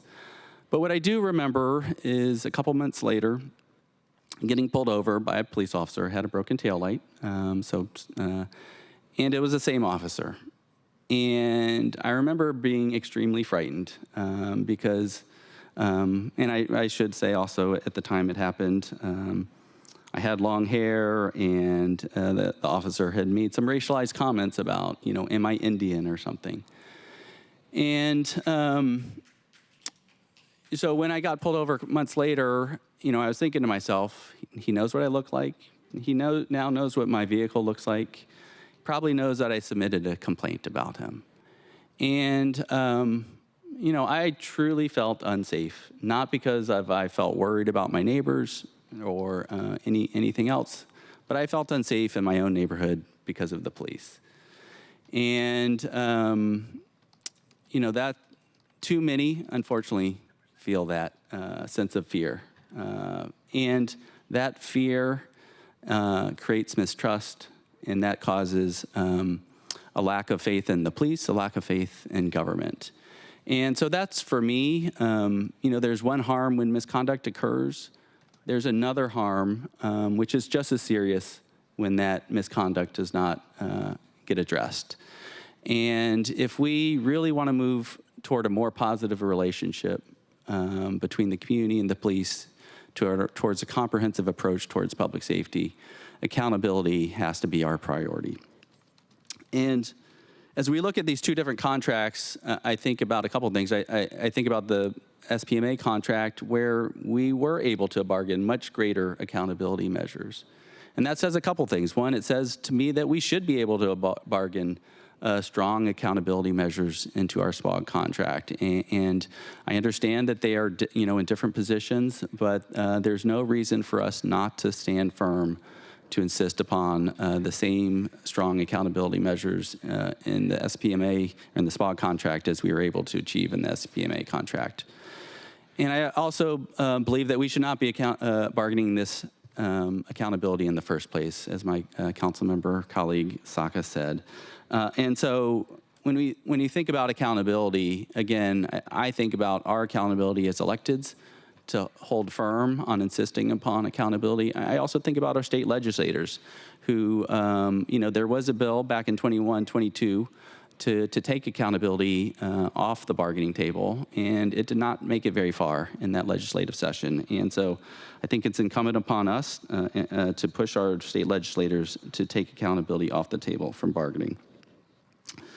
So thank you for allowing me that time. I do just want to make a couple other comments. I think there's a couple things that are not included in this contract that I think we need to keep our eye on the ball. Things like our 30 by 30 goals. If we're going to change the culture from a warrior culture to a guardian culture, I think we have to make progress on the 30 by 30 goals, and that needs to be a priority, I believe, in our negotiations with SPOG.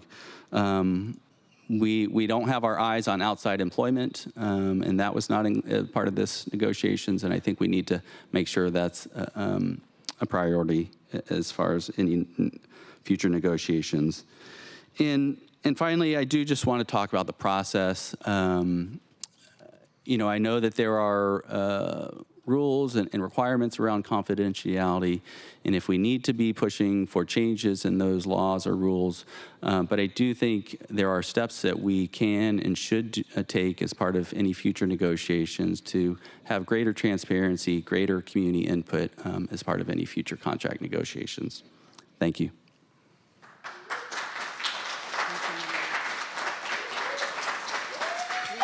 Quiet in the house. Come on, you guys. Is that an old, let's see, Councilmember Rivera, please. Councilmember Rivera. Why don't you let Councilmember Kettle go? I'm gathering my Okay, thoughts Councilmember still. Kettle. All right, you guys are fighting over who's going to go first. No, my hand's not up. Oh, your hand's not up anymore. Oh, Okay. I thought it was. can- Okay, oh, go ahead. Yeah, sure. Go ahead. Thank you, Council President. Colleagues, this contract is better than the system we are operating under today, and the accountability measures within the contract are not good enough, plain and simple. This contract is better than what we have today, and while better is better, better isn't good enough. The way to move forward is by taking stronger accountability measures to interest arbitration. This contract does provide that pathway to do so. Current state law requires us to bargain with the police unions on what police accountability measures we can implement, which essentially means that we need SPOG buy-in, we need their sign-off to strengthen police accountability, and without their sign-off, it doesn't happen. This system doesn't work for Seattleites, and I, along with others, have argued that this should not be the case. Accountability should be non-negotiable. Expanding police alternatives like sending mental health professionals to crisis calls should not require negotiations. People wonder why it has taken so long. The evidence is in this contract. Unfortunately, the state law has not changed, and we are stuck in the same position. Today, we find ourselves in a position where the only way to expand CARE's community response teams or our other police alternatives is through this contract. And the only way to move accountability provisions forward into arbitration today is through this contract. I agree with many of the people who have spoken today, and that we need to be doing more to ensure that we have an accountable police force. Because of state law, our options to do that are incredibly limited. And without this contract, we would be delaying our ability to expand CARE indefinitely. We have few options, and we know that expanding CARE isn't accountability, and it can't wait. Getting mental health professionals on our streets to respond to crisis calls can't wait. Moving forward on a pathway to arbitration on stronger accountability provisions can't wait. This is why I will be voting in favor of this contract today, while continuing. Order. This behavior Council constitutes a President, disturbance. Please stop.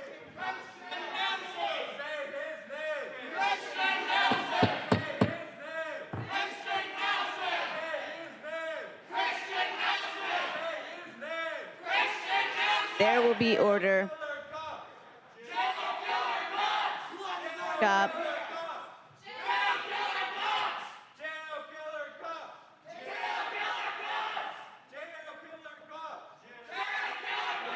Engaging in disruptive behavior, please stop. I will then.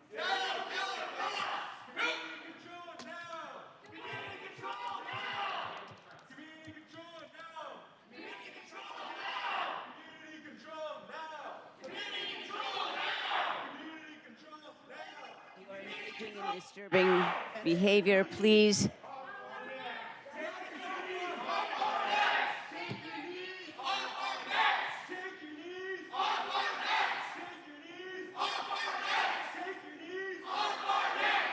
Okay.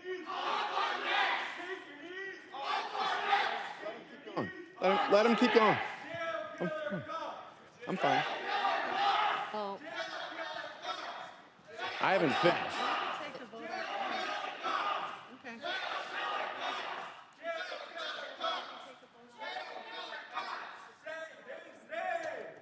Thank you.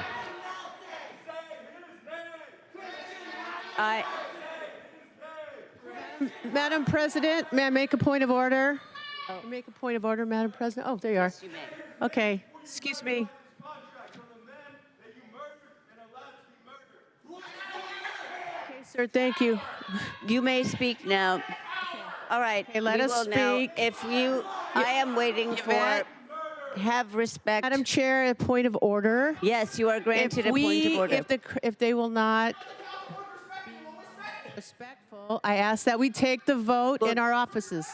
Oh, yeah. Let's do that. Can we recess and go to our offices if people We will can't have behave? to go Thank you, ahead Yvette. and I will call a 5-minute recess Council for President. us to I'm just going to finish. Can I just finish my statements? Oh, cool. I'm sorry. Thank you. Go ahead. Thank you.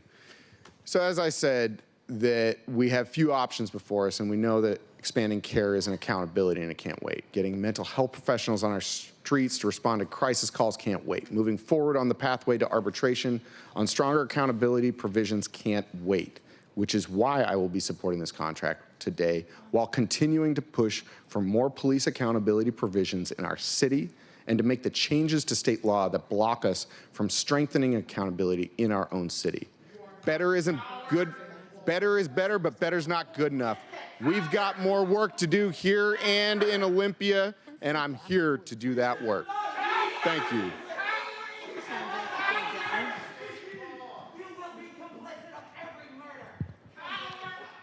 Thank you, Council President. With respect, I will call I will call the vote and I will allow for people to, and then we will continue with our agenda. Have you finished your remarks? I did. Thank you, Council President. Okay. Will the clerk please call the roll on the passage of the bill? Councilmember Kettle. Aye.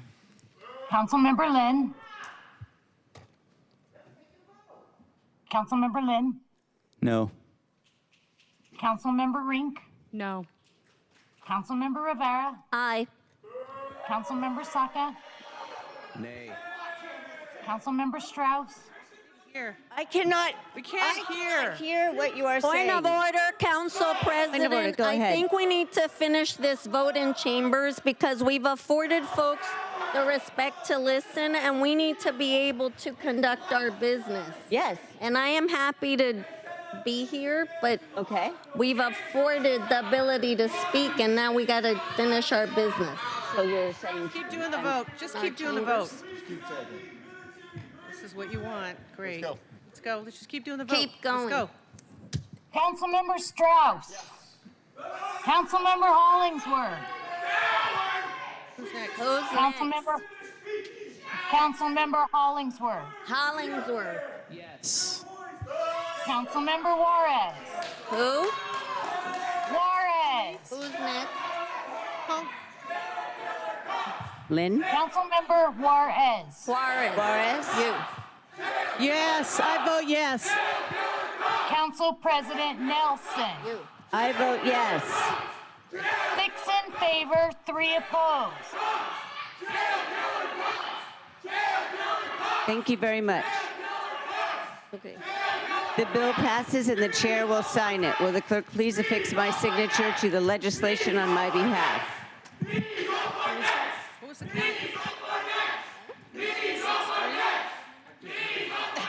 I think it was 6-3. We will recess for Yeah. 5 minutes.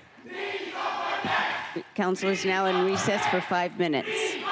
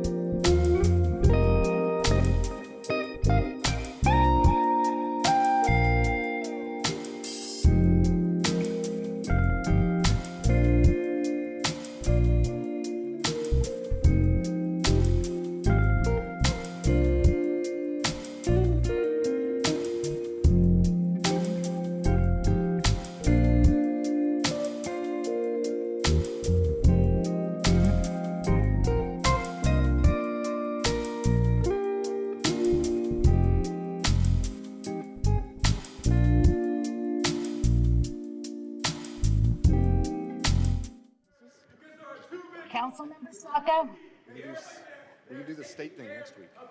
Councilmember Strauss, Here. Councilmember Hollingsworth, I'm present. Councilmember Saka, Councilmember Saka's here. Councilmember Juarez. And I'm present. Councilmember Hollingsworth is present. Thank you. Thank you. Council President Nelson. Council President Nelson. Council President Nelson. I see she's there. 6 present.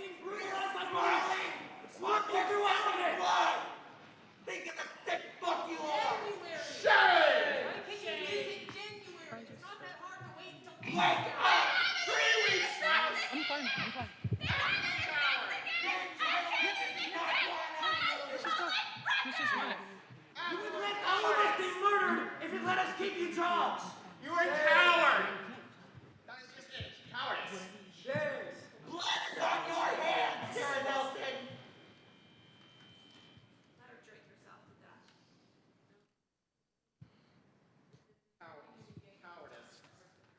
Are we all present? Yes, Council President, I am here. I apologize for the difficulties. I'm finally here. I apologize. I'm finally back online. I'm here. I am not able to hear. I am Can't going hear to me? call. It is impossible to hear each other when we are speaking, so I am going to ask that we repair to our offices and continue this meeting there.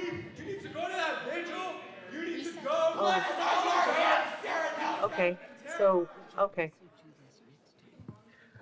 Okay, well, that's unfortunate. Mute yourself now. Right.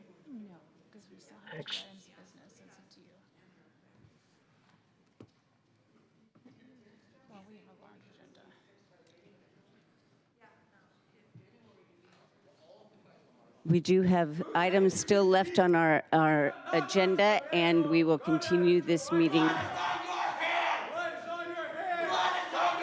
We do not have enough time the following week.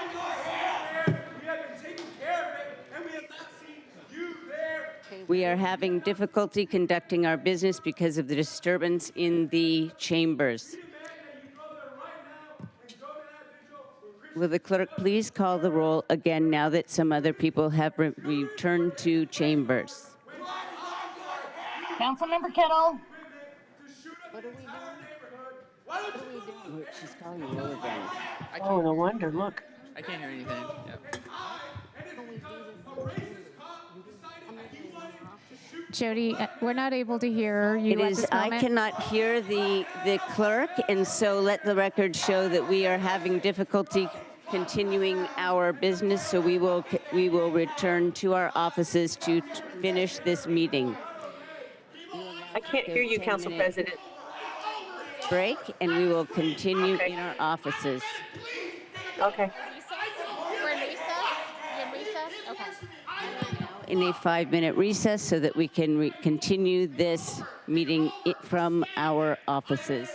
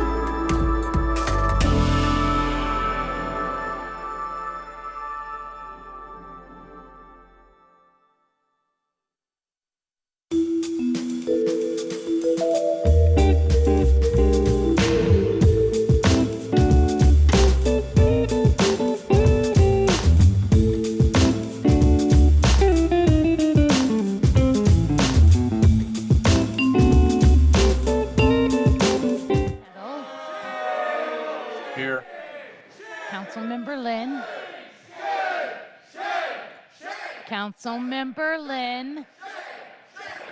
Councilmember Rink. All right, well, I do see that Councilmember Lynn and Councilmember Rink are in the chamber and present. Councilmember Rivera. Councilmember Saka. Here. Thank you. Councilmember Strauss. Here. Councilmember Hollingsworth. Present, present, present. Councilmember Juarez. Here, I'm here. Council President Nelson. Present. 8 present. Thank you very much. I would like to call for another vote on the last item before we go on, and then we will move on to item 3. Roll call for agenda item 2. Councilmember Kettle. Aye. Councilmember Lynn.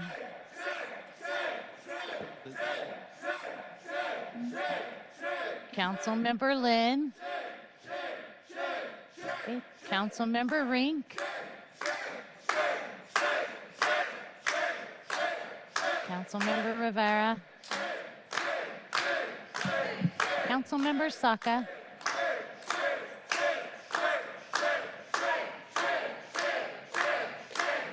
Well, we're not going to have a quorum for a vote. Point of order question. We've already taken the vote, so. Yes, I just want. We have. I got a Please good. read item. Yeah, please read item 3 into the agenda. Agenda item 3, Council Bill 121131, an ordinance relating to city employment, commonly referred to as the Pay Zone Ordinance, adjusting the pay zone structures for 2026 for the city's discretionary pay programs and ratifying and confirming certain prior acts. The committee recommends council pass the bill. Colleagues, this bill is a standard. No. Colleagues, What is those who have chosen to stay in chambers can't really speak to that. We are now on item 3. This bill is a standard HR bill that comes before council every year. It manually adjusts the pay zones for certain leadership roles across the city. Most employees in the city automatically receive inflationary adjustments every year, which for 2026 is 3.6%. And this bill will replicate that inflation adjustment for the lower and upper bounds of the pay zones, which would otherwise not adjust with inflation. Are there any questions or comments? Let's see.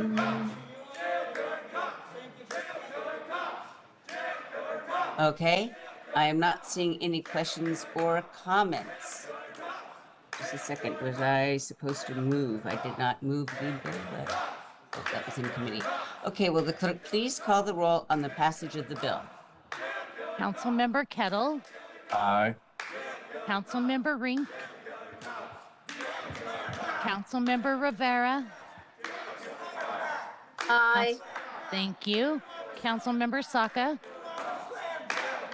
What bill is this? Sorry. Number 3, Council Bill 121131. This is the HR bill. Oh, aye. Councilmember Strauss. Yes. Councilmember Hollingsworth. Yes. The next yes. bill. Councilmember Juarez. Wrong. Aye. Councilmember Lynn. Councilmember Rink. Yes. Council President Nelson. Aye. 8 in favor, none opposed. The bill passes and the chair will sign it. Will the clerk please affix my signature to the legislation on my behalf? All right, there were no items removed from the consent calendar, and now we are on item J on our agenda, which is the adoption of other resolutions. I suggested that we repair to our offices so that we can hear one another. Some members have decided to stay in chambers. Will the clerk please read item 4 into the record? Agenda item 4, resolution 32187, a resolution setting forth the city of Seattle's 2026 legislative agenda. I move to adopt Resolution 32187. Is there a second? Second.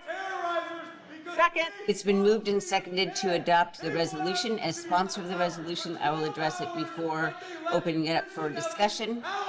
We have 11 amendments to vote on, so I will keep this brief. This legislative agenda used to be 14 pages long, 15 pages long, and over the course of this year and last year, we have been able to reduce that number to a couple pages so that it is a useful tool for our lobbyists to use in Olympia to convey, communicate the priorities of the city of Seattle. So that is what we will be voting on today, is a resolution that endorses the legislative agenda that will be before legislators when the session starts in January. So that is what is up, what's on our table. And so we've got many different amendments, and each council member will address their amendment in the order that they appear on the agenda. Are there any comments before moving on to Amendment A? You've got Amendment A through K. And colleagues, the reason that we are continuing with our meeting and continuing with this item is because next week's agenda is also quite full, according to our clerk. So, Hand is up. I move to amend. All right. Who is the Councilmember Lynn? You are recognized. Council President, my hand's been up, but Oh, I'm sorry. I did not see that. I know that it's blending into my painting here. Can you see it now? Apologies. May I proceed? Yes, you may proceed, Councilmember Rivera. Thank you, Council President. Colleagues, I want to thank you all for relating your priorities via these amendments. I respect that everyone has priorities that they feel strongly about in supporting our city. I know that in the past, our legislative priorities list has been pages long, and we settled on prioritizing our collective legislative efforts in Olympia to better make an impact and to give our staff in Olympia the ability to focus on the items that have the most support and best chance of passage in that particular current legislative session. I can tell you that we go through a similar exercise and the same priority setting on our legislative committee of the of the Association of Washington Cities. This year we focus on just 4 priorities. These were, and I mentioned them yesterday, I believe, so I know what they are. I can tell you they're enhancing indigent defense, increasing housing supply. As a second point, the third priority is transportation and traffic safety, and the fourth priority is preserving shared revenues. Of course, there are many more priorities that all the cities care about. We're just trying to focus in, and we had to engage in this compromise and really focus the agenda due to the short legislative session, which for this year, as you all know, is 60 days. I think there's value to focusing our yearly legislative agenda to items that have a better opportunity of actual passage in Olympia in that year. It does not mean we do not have many more issues we care deeply about. And in fact, there are many items in these amendments that I also care deeply about. And I remain available to work with you all individually as colleagues on figuring out how we may do some work together on an individual basis in Olympia. So for these reasons, I'm going to be abstaining from all the amendments except for Councilmember Lynn's amendment related to food banks and school meals, because I know there is support in Olympia for school meals since last session, and that can roll over to this session. And also will be supporting Councilmember Juarez's amendments because I support our commitments to our tribal partners. But otherwise, I will be abstaining from all other amendments for this year. But like I said, I remain available to individually work together to advocate in Olympia on many of the other things that are contained here. Please do not take my strategy point on Olympia to mean I don't care for many of these things that are in your individual amendments. Thank you. All right, thank you for those comments. Are there any comments before we proceed to the next item? Now would be the opportunity to move Amendment A. Hi, President Nelson. I'd like to move to amend Resolution 32187 as presented on the recently distributed Amendment A version 2. Second. It's been moved and seconded to amend the resolution as presented on the recently distributed Amendment A version 2. Councilmember Lynn, you're recognized in order to address the amendment. Thank you, President Nelson. As mentioned yesterday during the council briefing, there's a number of amendments here, but really the top priority is to address the growing affordability crisis. And the only way we're going to be able to do that is to fix our upside down tax code to make sure we are not only taxing the wealthiest in our community who currently pay the least, but that we also provide tax relief to our lowest income, to our fixed income seniors, to our working families. And so that is the thrust of this amendment. You know, I know that there's going to be a lot of discussions down in Olympia this coming legislative session, and just believe it's critically important for us as a council to express our priority for progressive revenues to provide, and then also to provide tax relief to our working families. That was the top issue I've heard over the past 10 months and would love your support. Thank you.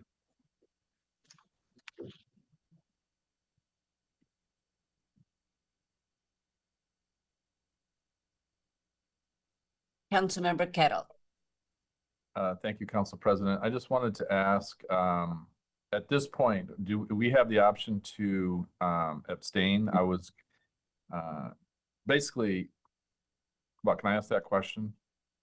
Because I was going to vote. My understanding is we have yes and no votes, correct?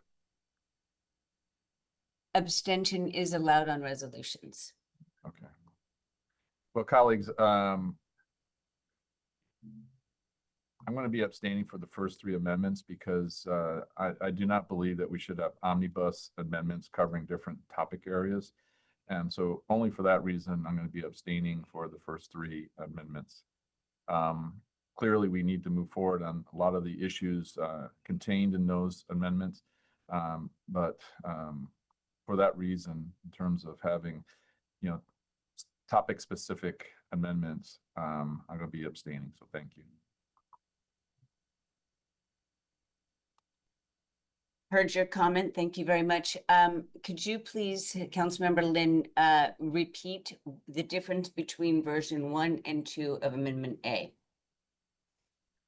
Yes, the only difference was to delete one provision, which was already covered largely by a bill that did pass last year. So I deleted the entire section related to incentives to comply with the Growth Management Act housing requirements.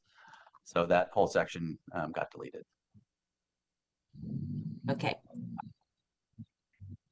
Are there further questions on the amendment? Questions or comments on the amendment?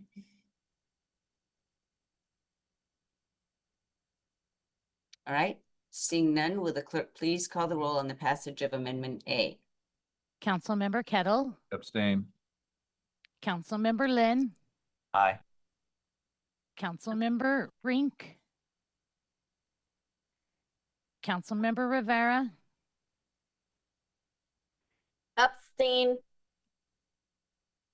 Councilmember Saka. Councilmember Saka. I can't hear you. I just saw him. He disappeared. Councilmember Saka, Amendment A. Okay, I see that. Councilmember Strauss. Councilmember Hollingsworth. Councilmember Juarez. Aye. Council President Nelson. Yes, I'm voting yes on this amendment. Thank you. I have 4 in favor and 3 abstentions. Okay, so does that mean that it fails because it needs 5, or does it win because it's got 1 more than abstention? Council President, a majority is in favor, so therefore the motion is adopted. I do want to ensure, though, members in chambers have been able to vote. We did not hear from Councilmember Rink. Is that correct, Jody? That's correct. I did not hear from Rink. I don't believe I heard Strauss either. Yeah, we can't hear Rink or Strauss. All right. I will say that council members have the opportunity to be heard more easily from their desks as we proceed with these votes. We do have 11 amendments or something like that. And so I am not going to wait around for re-voting. If you can't hear us, yes. See, I can't even hear anybody that's talking.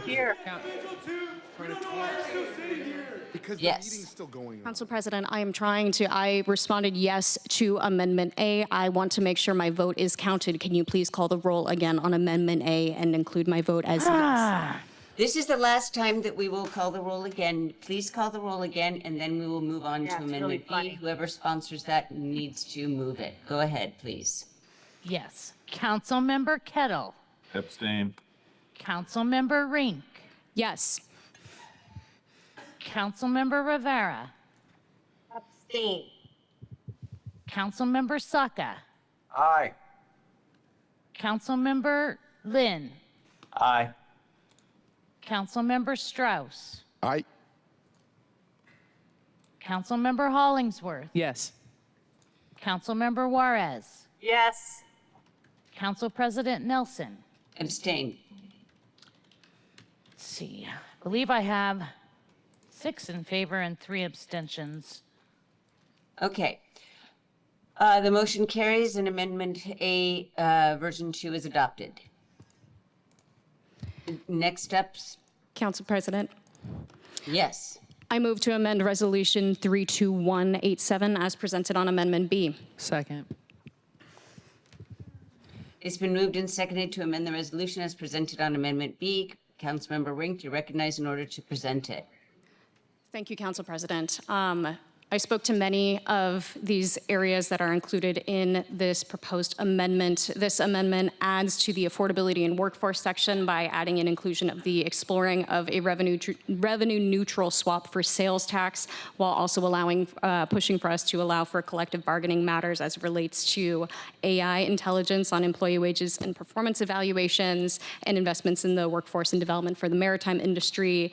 It includes elements that are encouraging for reducing liability requirements to encourage development of condos, while also changing city and county elevator standards to match global or North American standards. I won't bop through the rest of these areas. I discussed them yesterday, but the one point I want to say, since many alluded to this during our discussion from the contract, this amendment does include within here to add to our public safety section of the agenda to include updating police accountability and arbitration rules and procedures. This is the important measure when we're talking about state level changes in order for us to address the bargaining of accountability in a number of these measures. So I ask for your support, especially reflective of the discussion we just had related to the SPOG contract. Thank you.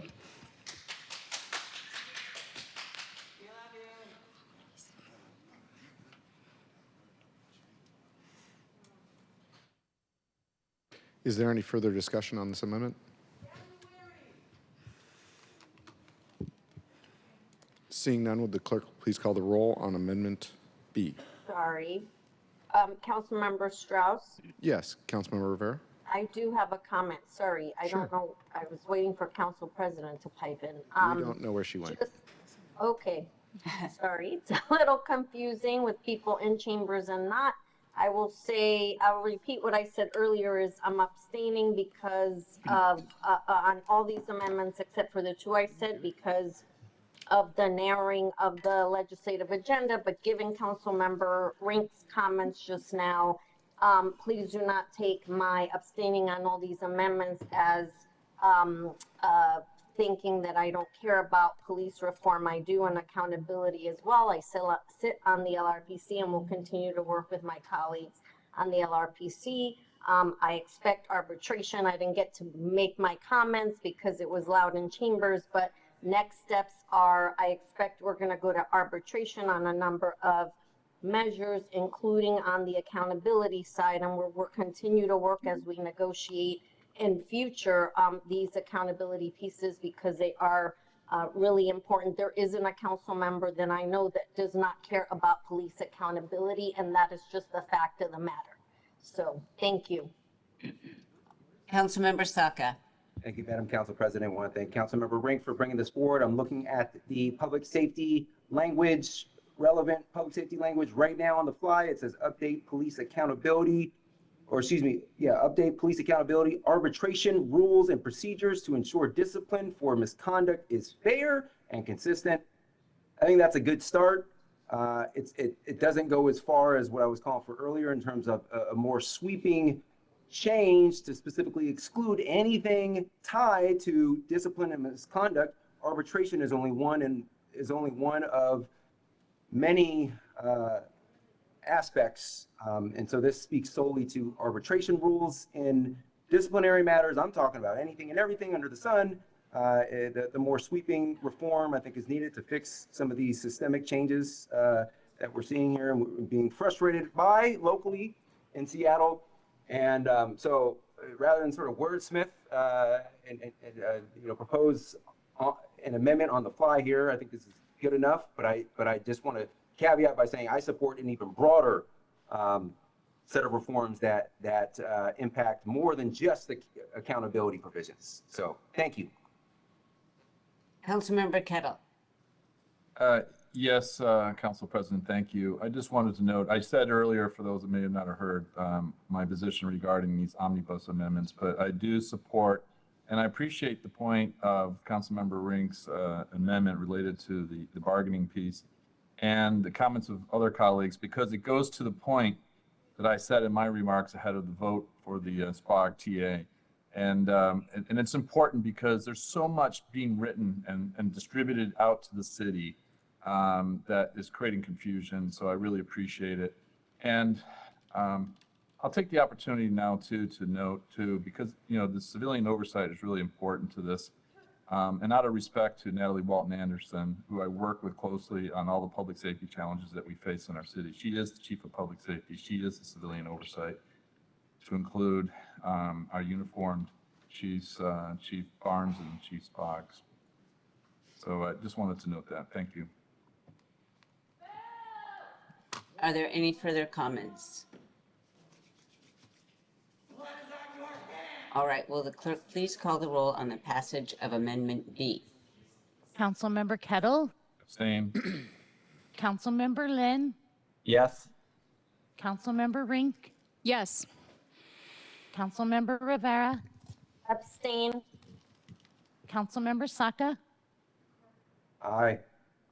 Councilmember Strauss. Aye. Councilmember Hollingsworth. Yes. Councilmember Hollingsworth. Yes. Thank you. Councilmember Juarez. Yes. Council President Nelson. No. That is 6 in favor, 1 opposed, and 2 abstentions. The motion carries and Amendment B is adopted. Council President. Councilmember Strauss. Thank you, Council President. I move Amendment C, Version 1 to Resolution 32187. Is there a second? Is there a second? Second. Thanks. It's been moved and seconded to amend the resolution as presented on Amendment C. Councilmember Strauss, as sponsor of the amendment, you're recognized in order to address it. Thank you. As I discussed yesterday, this does 3 things. 1, it adds the provision to provide local municipalities with more revenue options. It does a second thing, which requests the state legislature to make stronger regulations regarding metal recycling, and most importantly, I'd say, is to support the policies and investments to fight climate change, assist in climate adaptation, and assist local governments in the removal of fish passage barriers. I request your support. Thank you. Are there comments from colleagues? Seeing none, will the clerk please call the roll on the adoption of Amendment C? Councilmember Kettle. Abstain. Councilmember Lynn. Yes. Councilmember Rink. Yes. Yes. Councilmember Rivera, Abstain. Councilmember Saka, Aye.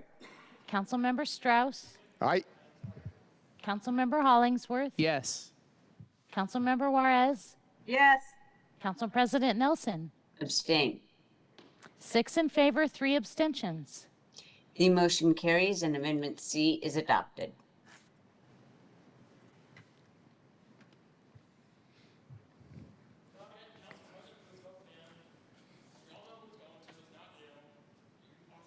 The person who is, Councilmember Saka has amendment number D.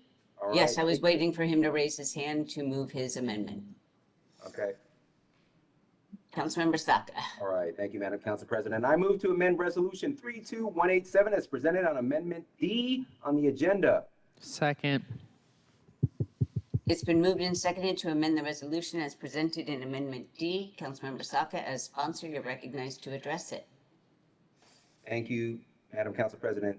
Colleagues, friendly refresher, this is the universal free school lunch meal program and investment that we were bringing back to life after last year, and super cool opportunity for us as a state to address some of the systemic needs regarding food access and food security across our entire state.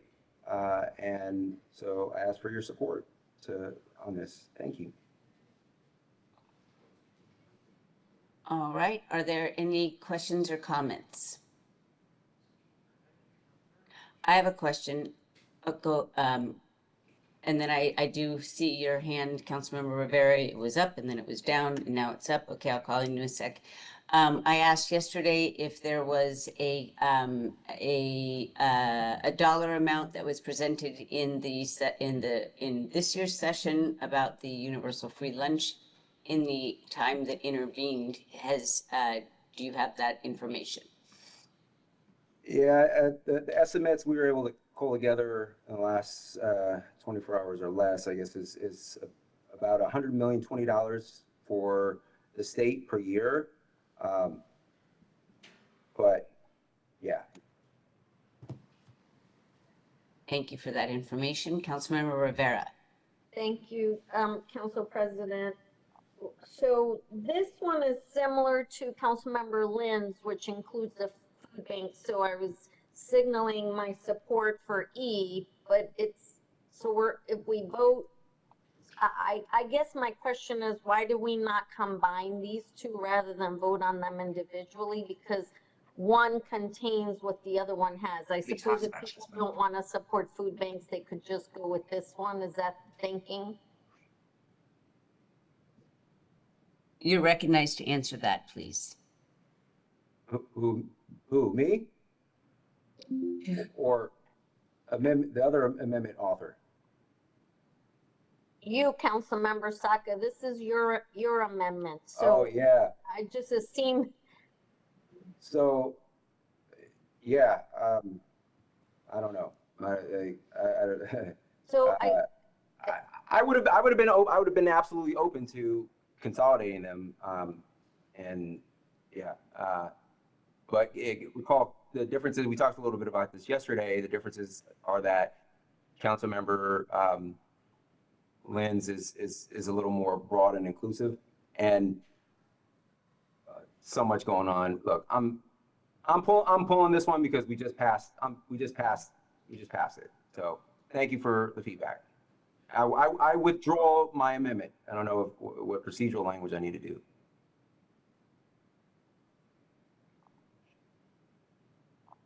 Could the clerks please advise, it has been moved and seconded. Is it possible to remove an amendment after it has been moved and seconded, or is a vote required? If there's no objection, Council President, it can be withdrawn. All right, I am looking to see if there is anybody that objects to this amendment being withdrawn. Please make that known now. Okay, I don't see any hands raised, so this amendment will be withdrawn. Appreciate the feedback. Thank you. Didn't think of that beforehand. Not a parliamentary expert, but great feedback. So thank you. Noted. Okay. Amendment D has been withdrawn. Will the author of Amendment E please move the amendment? Yes, hi, Council President Nelson. I move to amend Resolution 32187 as presented on Amendment E on the agenda. Second. It's been moved and seconded to amend the resolution as presented on Amendment E. Councilmember Lynn, as the author of Amendment E, you're recognized to present it. Thank you, President Nelson. So this amendment is to include support for increasing healthy food access through support for food banks, universal free school meals, and other ways to address food deserts. And there is some similarity there for universal school meals with Councilmember Saka's amendment, which I fully support and appreciated you including that, but then also withdrawing. You know, in terms of universal school meals, many states have found a way to do this. It is possible.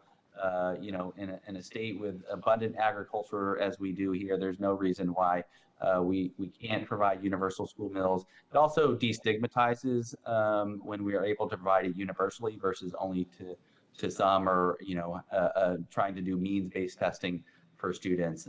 So I would appreciate your support on this critical issue around healthy food access. Thank you. I have a question. Do you know the extent, do you know how much the state is already supporting food banks? And what it, and therefore one can infer the, you know, the cost to, if this amendment were to go forward, what would be the dollar amount? Yeah, I don't, and there's no specific dollar amount related to increasing food or support for food banks, and that's really because we don't know what's going to happen with the federal level. Again, as I mentioned yesterday, very supportive of the action Council took last month in response to the potential cuts to SNAP. I think it's very possible that we will see future cuts to SNAP or other just issues around growing needs for food insecurity. So until we sort of know what those needs are, I think it's hard to predict what, but just this statement is really just to make it a priority to support the food banks. Councilmember Rivera. Thank you, Council President. I'm going to support this amendment. I do know the state does support food banks.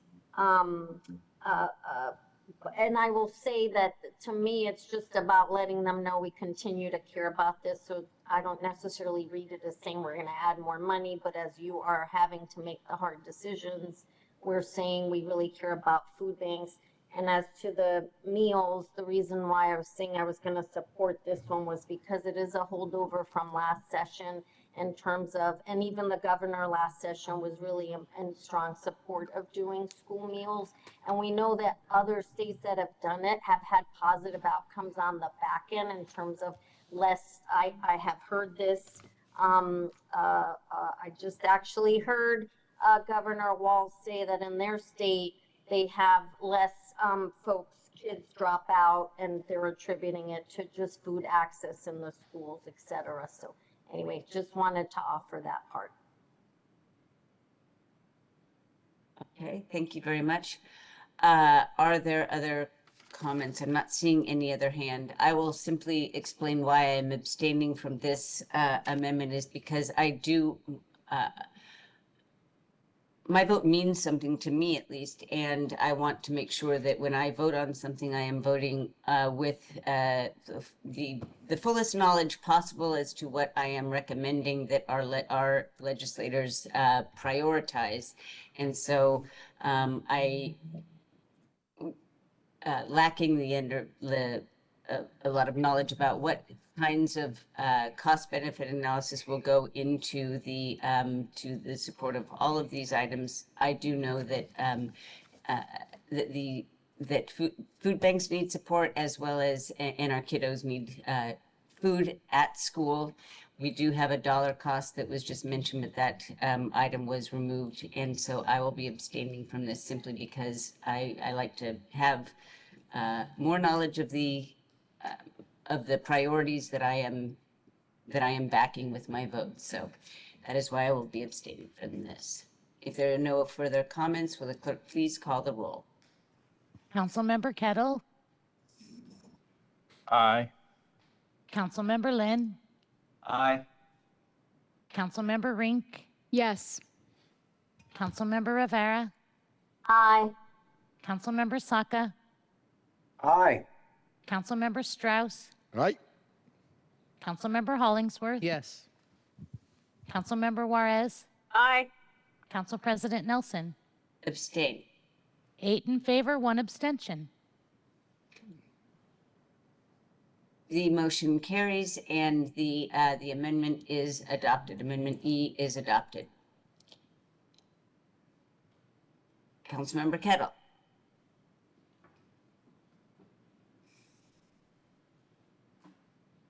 Please move your amendment. Yes, I move Amendment F to Sec- Resolution 32187. Second. Second. All Thank right, you. it's been moved and seconded to amend the resolution as presented on Amendment F. Councilmember Kettle, as sponsor, you're recognized to present it.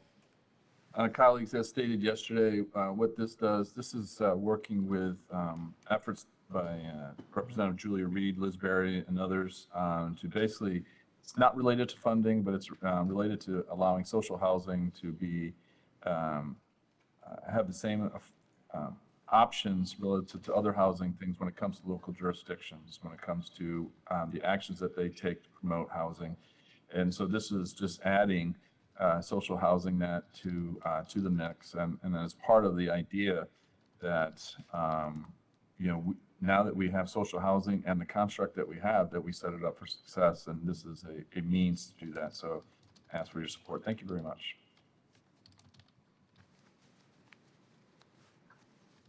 Are there questions or comments on Amendment F?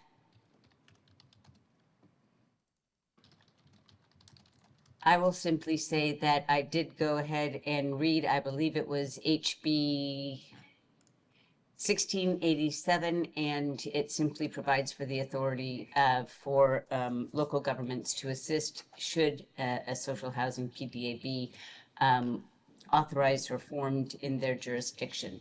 And so I will be supporting this amendment because it is essentially allowing for other cities to do what Seattle has done. Councilmember Rink. Thank you, Council President. I will be supporting this amendment, and I wanted to thank Councilmember Kettle for bringing it forward. I think it makes a lot of sense if we are talking about setting up social housing for success, and I encourage also a yes vote. Thank you. Okay, seeing no further hands up, will the clerk please call the roll on Amendment F? Councilmember Kettle, Aye. Councilmember Lynn, Yes. Councilmember Rink, Yes. Councilmember Rivera, Abstain. Councilmember Saka, Aye. Councilmember Strauss, Aye. Councilmember Hollingsworth, Yes. Councilmember Juarez, Aye. Council President Nelson. Aye. 8 in favor, 1 abstention. Council President. The motion carries and amendment, I hear you. Did you have a comment on a motion on Amendment F? I have on G. No, I do not. Sorry. Okay. I'm out of order. Back to you. Yep. The motion carries and Amendment F is adopted. Councilmember Strauss. Sorry, I'm waiting for item H. I will wait till item H. All right. Now we are on Amendment G. Yes, which is Council President. Yes, I'd like to move Amendment G, version 1 to Resolution 32187. Second. Thank you. It's been moved and seconded to amend the resolution as presented in Amendment G. Councilmember Kettle, as sponsored, you're recognized to present it. Thank you, Council President. Colleagues, clearly we went over these yesterday in quite detail. This is just a public safety priorities, and there's a slight reordering to put those specific pieces up top, but they're all going to the points that we've been championing here on Council through the committee on the various pieces, and then it lines up with some of the efforts that are being undertaken in in Olympia to include, since I already mentioned Representative Berry, I'll say it again in terms of secure storage and the like. It also brings what we've done in comprehensive committee, the select comprehensive committee, into this in terms of the public safety element, and some other practical things new too. And this is really to highlight this to Olympia, because most people wouldn't realize what was happening with WashDOT and its impact on our fire department. So this is about raising awareness. And colleagues, I ask for your support. Thank you. Are there any questions or comments on Amendment G? Well, I will simply say, Councilmember Kettle, I'm very appreciative that you're bringing this forward. And I also appreciate the reordering, because I do believe that your reordering does, it signifies a reordering of the priorities, and it is very important that we present our legislative intent clearly in our legislative agenda. So I just wanted to thank you very much for your amendment. Are there any other comments?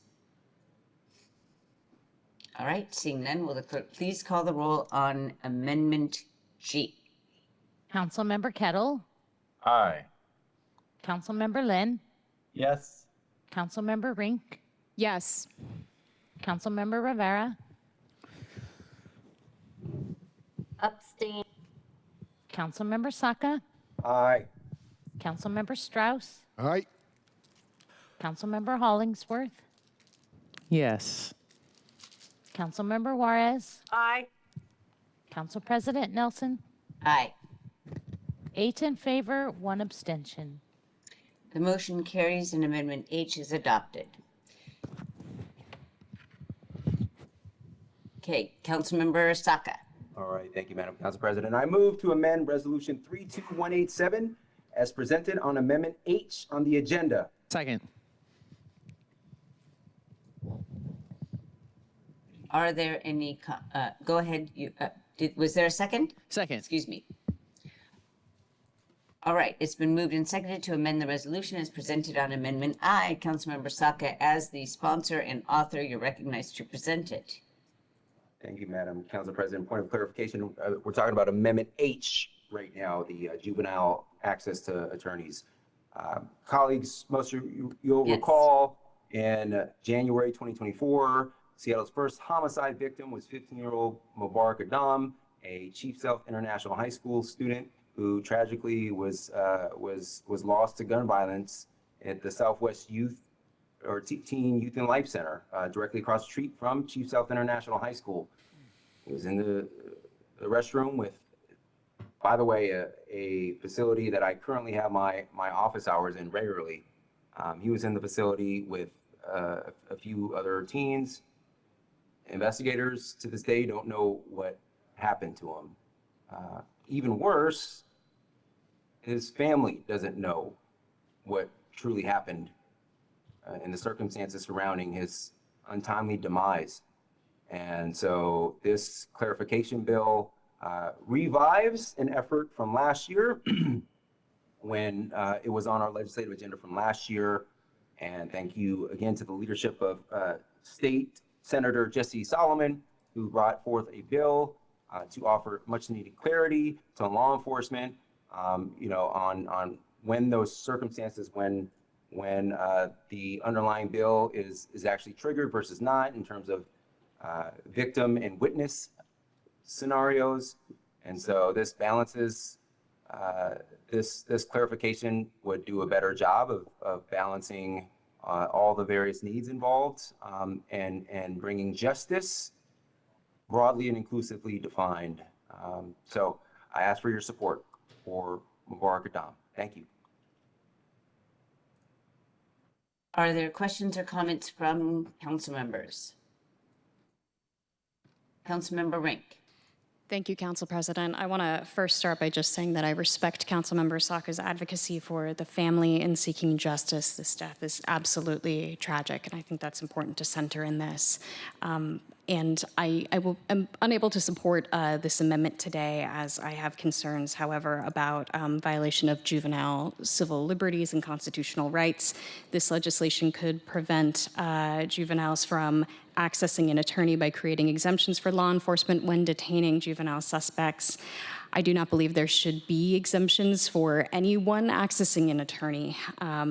In conversation with members of the House Democratic Caucus, they voiced not lack of support for it and advised against its inclusion into the city's legislative agenda. So I will be voting no today. Thank you. Are there any further comments? I'll simply repeat what I said. I believe it was yesterday when this was presented. I do appreciate that you bring this forward. Councilmember Saka, you have been you've been extremely clear in your legislative intent around this issue for a very long time. All right, seeing no other questions or comments, will the clerk please call the roll on the passage of Amendment H? Councilmember Kettle, Aye. Councilmember Lynn, Yes. Councilmember Rink, No. Councilmember Rivera, Abstain. Councilmember Saka, Aye. Councilmember Strauss, Aye. Councilmember Hollingsworth, Yes. Councilmember Juarez, Aye. Council President Nelson. Aye. 6 in favor, 1 opposed, 1 abstention. The motion carries and Amendment H is adopted. I'm sorry, Council President. Jody, really quick, 7 in favor, 1 opposed, 1 Excuse me. Yes, you're right. 7 in favor, 1 opposed, 1 abstention. That's 9. I All missed right. one. I was trying Thank to you. do that math in my head. Okay. All right. Councilmember Saka. Thank you, Madam Council President. I move to amend Resolution 32187 as presented on Amendment I on the agenda.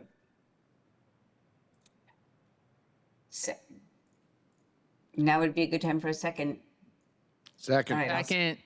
All right, thank you. It's been moved and seconded to amend the resolution as presented on Amendment I. Councilmember Saka, as author and sponsor, you're welcome to present it. Thank you, Madam Council President. Colleagues, just as a friendly refresher, this proposed amendment governs automated noise enforcement cameras. So today, under state law, we are authorized to deploy an expressly defined set deploy cameras to address a expressly defined by statute set of challenges or behaviors: speeding, block the box in intersections, bus zone violations, et cetera, et cetera. So this would add loud and excessive noise to that punch list and therefore allow and enable us to get a better hold of some of these loud and excessive vehicle noises on our streets, impacting and traumatizing neighbors and residents and businesses and turning neighborhoods into sideshows and the other type of S-word show. And so Vital Technology asks for your support. Hugely important to my district, especially neighborhoods like Harbor Avenue and Elki, but the list is replete with others where the same underlying challenges occur. And again, this is just one other tool. Thank you. Okay, seeing no hands raised or any other comments. All right, will the clerk please call the roll on the passage of Amendment I? Councilmember Kettle, Aye. Councilmember Lynn, Abstain. Councilmember Rink, Yes. Councilmember Rivera, Abstain. Councilmember Saka, Aye. Councilmember Strauss, Abstain. Councilmember Hollingsworth, Yes. Councilmember Juarez, Aye. Council President Nelson. Council President Nelson. Aye. 6 in favor, none opposed, 3 abstentions. The motion carries and Amendment I is adopted. Now we are on to J. Thank you, Madam Council President. I move to amend Resolution 32187 as presented on Amendment J on the agenda. Second. All right. Second. Is there a second? Second. Thank you. Third. It's been moved and seconded to amend the resolution as presented on Amendment J. Councilmember Saka, as the sponsor and author, you're recognized to present it. Thank you, Madam Council President. One quick learning that I had from all this is at the end of a very long set of amendments, on top of when there's already busy substantive stuff before that, it's not the best place to be positioned in the agenda. So I needed to work more closely with our committee chairs and our central staff experts to make sure I'm not always buried at the end. In any event, this, colleagues, is the Camp Long Amendment. This amendment simply adds that the current capital budget priority for the Red Bar Ranch, which is already on the executive proposed punch list for Olympia priorities, and it would just add the historic Camp Long Lodge to enable youth programming and regional outdoor recreational learning access and opportunities, good environmental programming and empowerments.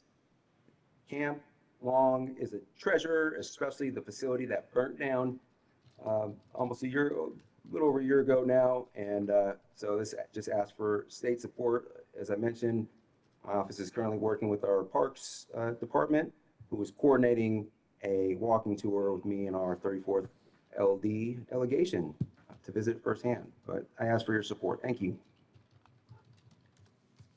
Are there questions or comments?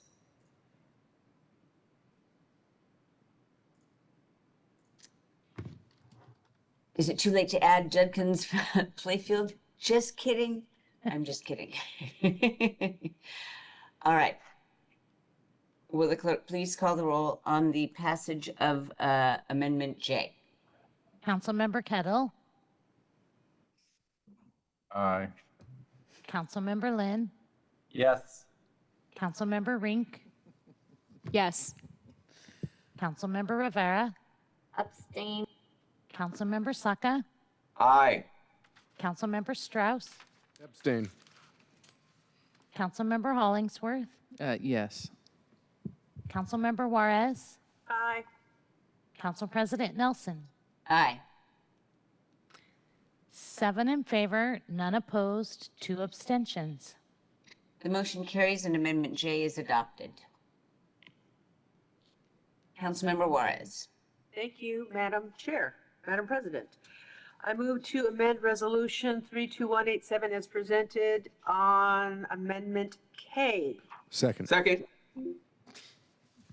It's been moved and seconded to amend the resolution as presented on Amendment K. Councilmember Juarez, as author and sponsor, you're recognized in order to present it. Thank you, Madam President. Amendment K would create a Native Communities and Tribal Government section for the first time in a resolution setting forth the City of Seattle's 2026 legislative agenda. Yesterday, I shared information with you folks, no need to go over that again. Including in this new section is another step towards honoring the government-to-government relationship with tribes in the spirit of the Centennial Accord and the recent last 2 tribal summits. As I shared before, government issues are, of course, tribal government issues. Thank you.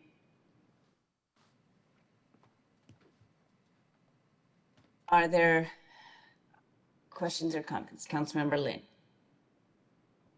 Just want to say thank you to Councilmember Juarez for including this, and I just hope this becomes routine for us to include this in future legislative agendas, or this as a subject matter. So thank you. Yeah, I don't see any other hands up. I would simply say also, Councilmember Juarez, thank you very much, and it's about time. You know, when one considers the amendment in front of us, it makes me think, at least, why haven't we done this a long time ago? Because we talk about government to government relationships. We talk, you know, we have the summit, etc. But this is memorializing, or this is actually putting in writing our intent. And so I thank you very much for bringing this forward. And of course, I will be supporting it. Well, I just want to share this Time. on a more personal note, Council President. Thank you for your leadership on this and pushing us to narrow down the issues that are important. And I know more will come up. I think what people are maybe not remembering is that voting yes or no or abstaining doesn't change. It just means this goes to Olympia, and you can go down there and provide public comment. You can provide written comment. You can oppose it. Certainly, as elected leaders on this body, we agree to disagree respectfully, and that's pretty much what this is for. But you're right. I just want to thank you for your leadership. You've always been in lockstep with Native communities and tribal governments and issues, including the missing, murdered Indigenous women and girls, the Indigenous Advisory Council that you helped create with Councilmember Strauss. So I just want to thank you for your leadership. It really means a lot to me.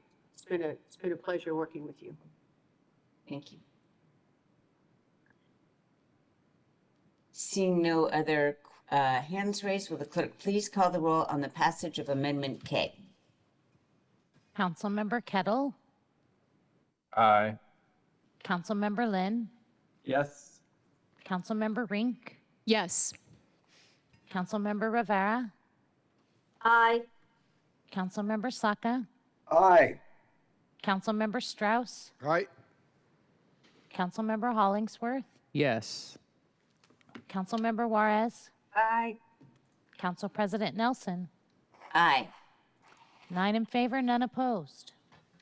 The amendment passes and Amendment K is adopted. All right. Are there any final comments on the final vote on the amended resolution before we vote on the whole thing? I thought you were moving on to other business. Sorry, I jumped the gun on that. No, we still have to vote on the underlying Yes, you do. legislation. I know. Well, I will simply say, you know, we just put a whole bunch of things on, we have a lot of priorities on our legislative agenda, and what really matters is what really matters is what happens during session and how our lobbyists, I hate to call them lobbyists because that seems so lobbying-ish, how our Office of Intergovernmental Relations staff work the issues that we have just signaled our prioritization for. And so what goes on during session matters a great deal. It matters that we continue to, that we watch what is happening throughout the whole session, that we communicate with our legislative delegation, that we make sure that we ask questions, or you all ask questions of OIR staff when they are giving you briefings this coming year, because this is just the very beginning of the battle. And so we've laid out our priorities, but the work is now just beginning to fight for them. That's what I would say. So I'm not seeing any other hands raised, so will the clerk please call the roll on the passage of the bill? Councilmember Kettle, Aye. Councilmember Lynn, Yes. Councilmember Rink, Yes. Yes. Councilmember Rivera, Aye. Councilmember Saka, Aye. Councilmember Strauss, Aye. Councilmember Hollingsworth, Yes. Councilmember Juarez, Aye. Council President Nelson. Aye. 9 in favor, none opposed. The motion carries and the resolution as amended is adopted and the chair will sign it. Okay, will the clerk please affix my signature to the legislation on my behalf? All right. Is there any further business to come before council? Councilmember Juarez. I've been waiting all day to say this. Let me say it. Council President, I'm requesting to be excused from December 16th City Council meeting, please. All right, if there is no objection, Councilmember Juarez will be excused from the December 16th, 2025 City Council meeting. Uh-oh. Councilmember Oh, I know Hollingsworth. you did not put your hand up, Councilmember Hollingsworth. Is Strauss's hand up too? Really? Sorry. Okay. Can I say one thing, Council President? Yes, you may. I think next Tuesday is your last council meeting. Is that correct? Yes. So I won't be there because I'm going to be going to be gone. And I just want to say, I have so enjoyed working with you and your leadership. I've always appreciated when we've agreed to disagree. You've always been kind to me. We've had our differences. You've never been rude, disrespectful, performative, and nasty. That's my relationship with you. I've always appreciated the work that you did on recovery and addiction and sobriety. And as you know, we work closely together with the Seattle Indian Health Board and other organizations for treatment. And both of us know in our families how addiction has affected not only the individual, but the family. You've always been so vulnerable about that and so open about that. And I'm so glad that you, in a position of leadership, brought into the light that type of vulnerability and dealing with, just addiction and just stress and anxiety and well-being and mental health.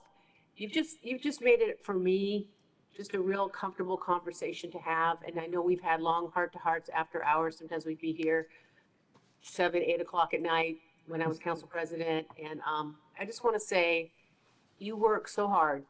And I've really enjoyed working with you. And I'm really sorry that I'm going to miss your last day.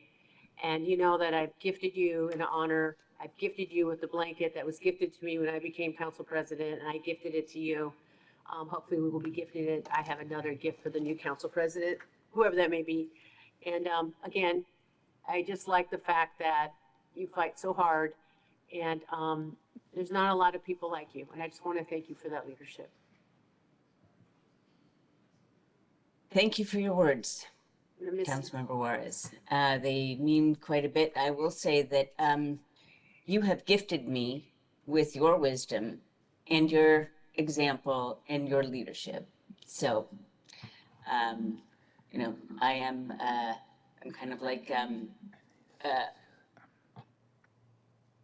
it keeps paying forward is what I will say of your generosity. And You keep burning that sage, girl. I gave you that sage. Yeah. Thank you very much.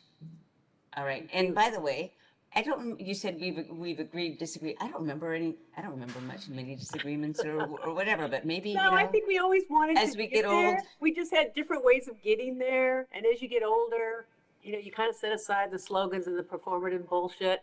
And you just kind of focus in on what needs to get done. You just do the work. You just do the work. That's what this comes down to. If you could be honest, tell the truth, change your mind, ask for help, you'll be okay. So thank you. Thank you.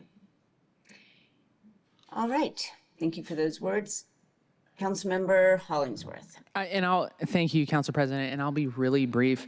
And I just wanted to state this for the record because it helps me not be able to go do go to everyone individually. But some public commenters came and spoke about cannabis social equity. I just wanted to state that I've dedicated my life to cannabis social equity.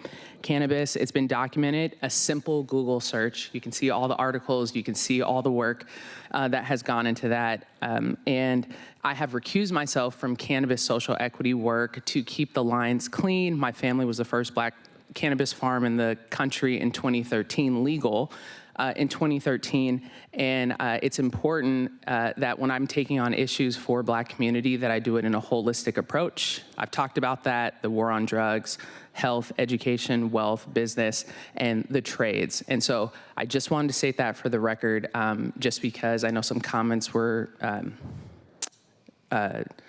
made towards me regarding that, and I will continue to state my position on that just because of the lines that are in that and our family business. And so I had to state that because I think that's really important for you all to understand where Mr.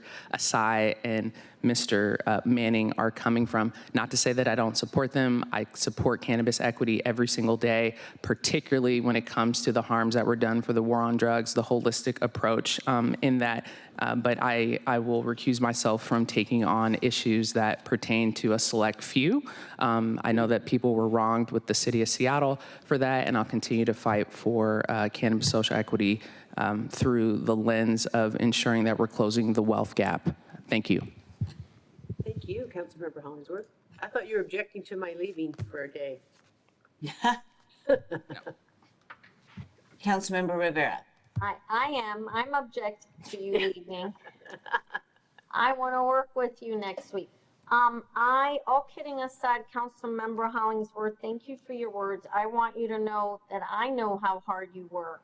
And I want to take this as opportunity now that we're at year's end and because our colleague won't be here next week, just to say that I appreciate working with each and every one of you. And that I never attribute, people come to chambers to say things about us, and I don't hold those things to be true when I know that they are not true. And if I don't know that they're not true, I'm gonna come to each of you to have a conversation about it. That's how we treat each other, with respect. You always have to treat people with respect. And so people come to chambers, they say things, we listen to them, we don't interrupt them, we offer them respect. It is unfortunate that people come to chambers and don't always treat us with the same respect when they're yelling and shouting and cussing, and not allow us to conduct our business. I don't think that that's okay. I'm always here for public comment.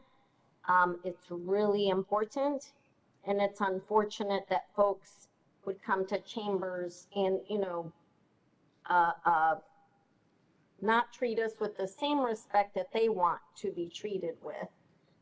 And I will say, and I will repeat, that I always, and I hope that we always treat each other as a body with the respect and kindness that we all deserve, because I know each and every one of us is working really hard for our respective constituencies. And I'm just not going to, you should know, I'm not going to take what someone says in chambers as word. That I know you, we all work together, and that if there is any doubt, and that holds for me as well, I welcome you to come into my office and have a conversation with me if you hear something that is being said about me that is of concern, or that you don't understand, or because I am not taking everything that people say as in chambers as truth. I know people are angry, and sometimes they say things maybe even they don't mean, and they take it out on us, and I understand that. Elected officials take that, the brunt of people's frustrations. I get it. It's really hard, and some of these issues are really hard. And we also need to treat each other with respect, because that is the Seattle way, and that is the one Seattle way, to coin yet again our mayor's one Seattle terminology. But that is how I want to be treated. That is how I treat people, and I am very appreciative for all of you and all your hard work. And I look forward to our continued relationship. And CP, I'll save my comments about you for next week. Thank you. Thank you very much for those words. I hope that very important, and I hope that our viewing public, really takes them in. All right, I am not seeing any other hand raised. So we've reached the end of our agenda today, and the next city council meeting will be on December 16th at 1 p.m. 1 p.m. because we've got a lot of things to get through, which is why we had to continue today's meeting and get through the items on the agenda instead of just adjourning the meeting when the disruption began. Anyway, the next city council meeting will be on December 16th at 1 p.m. Hearing no further business, we are adjourned. Thank you.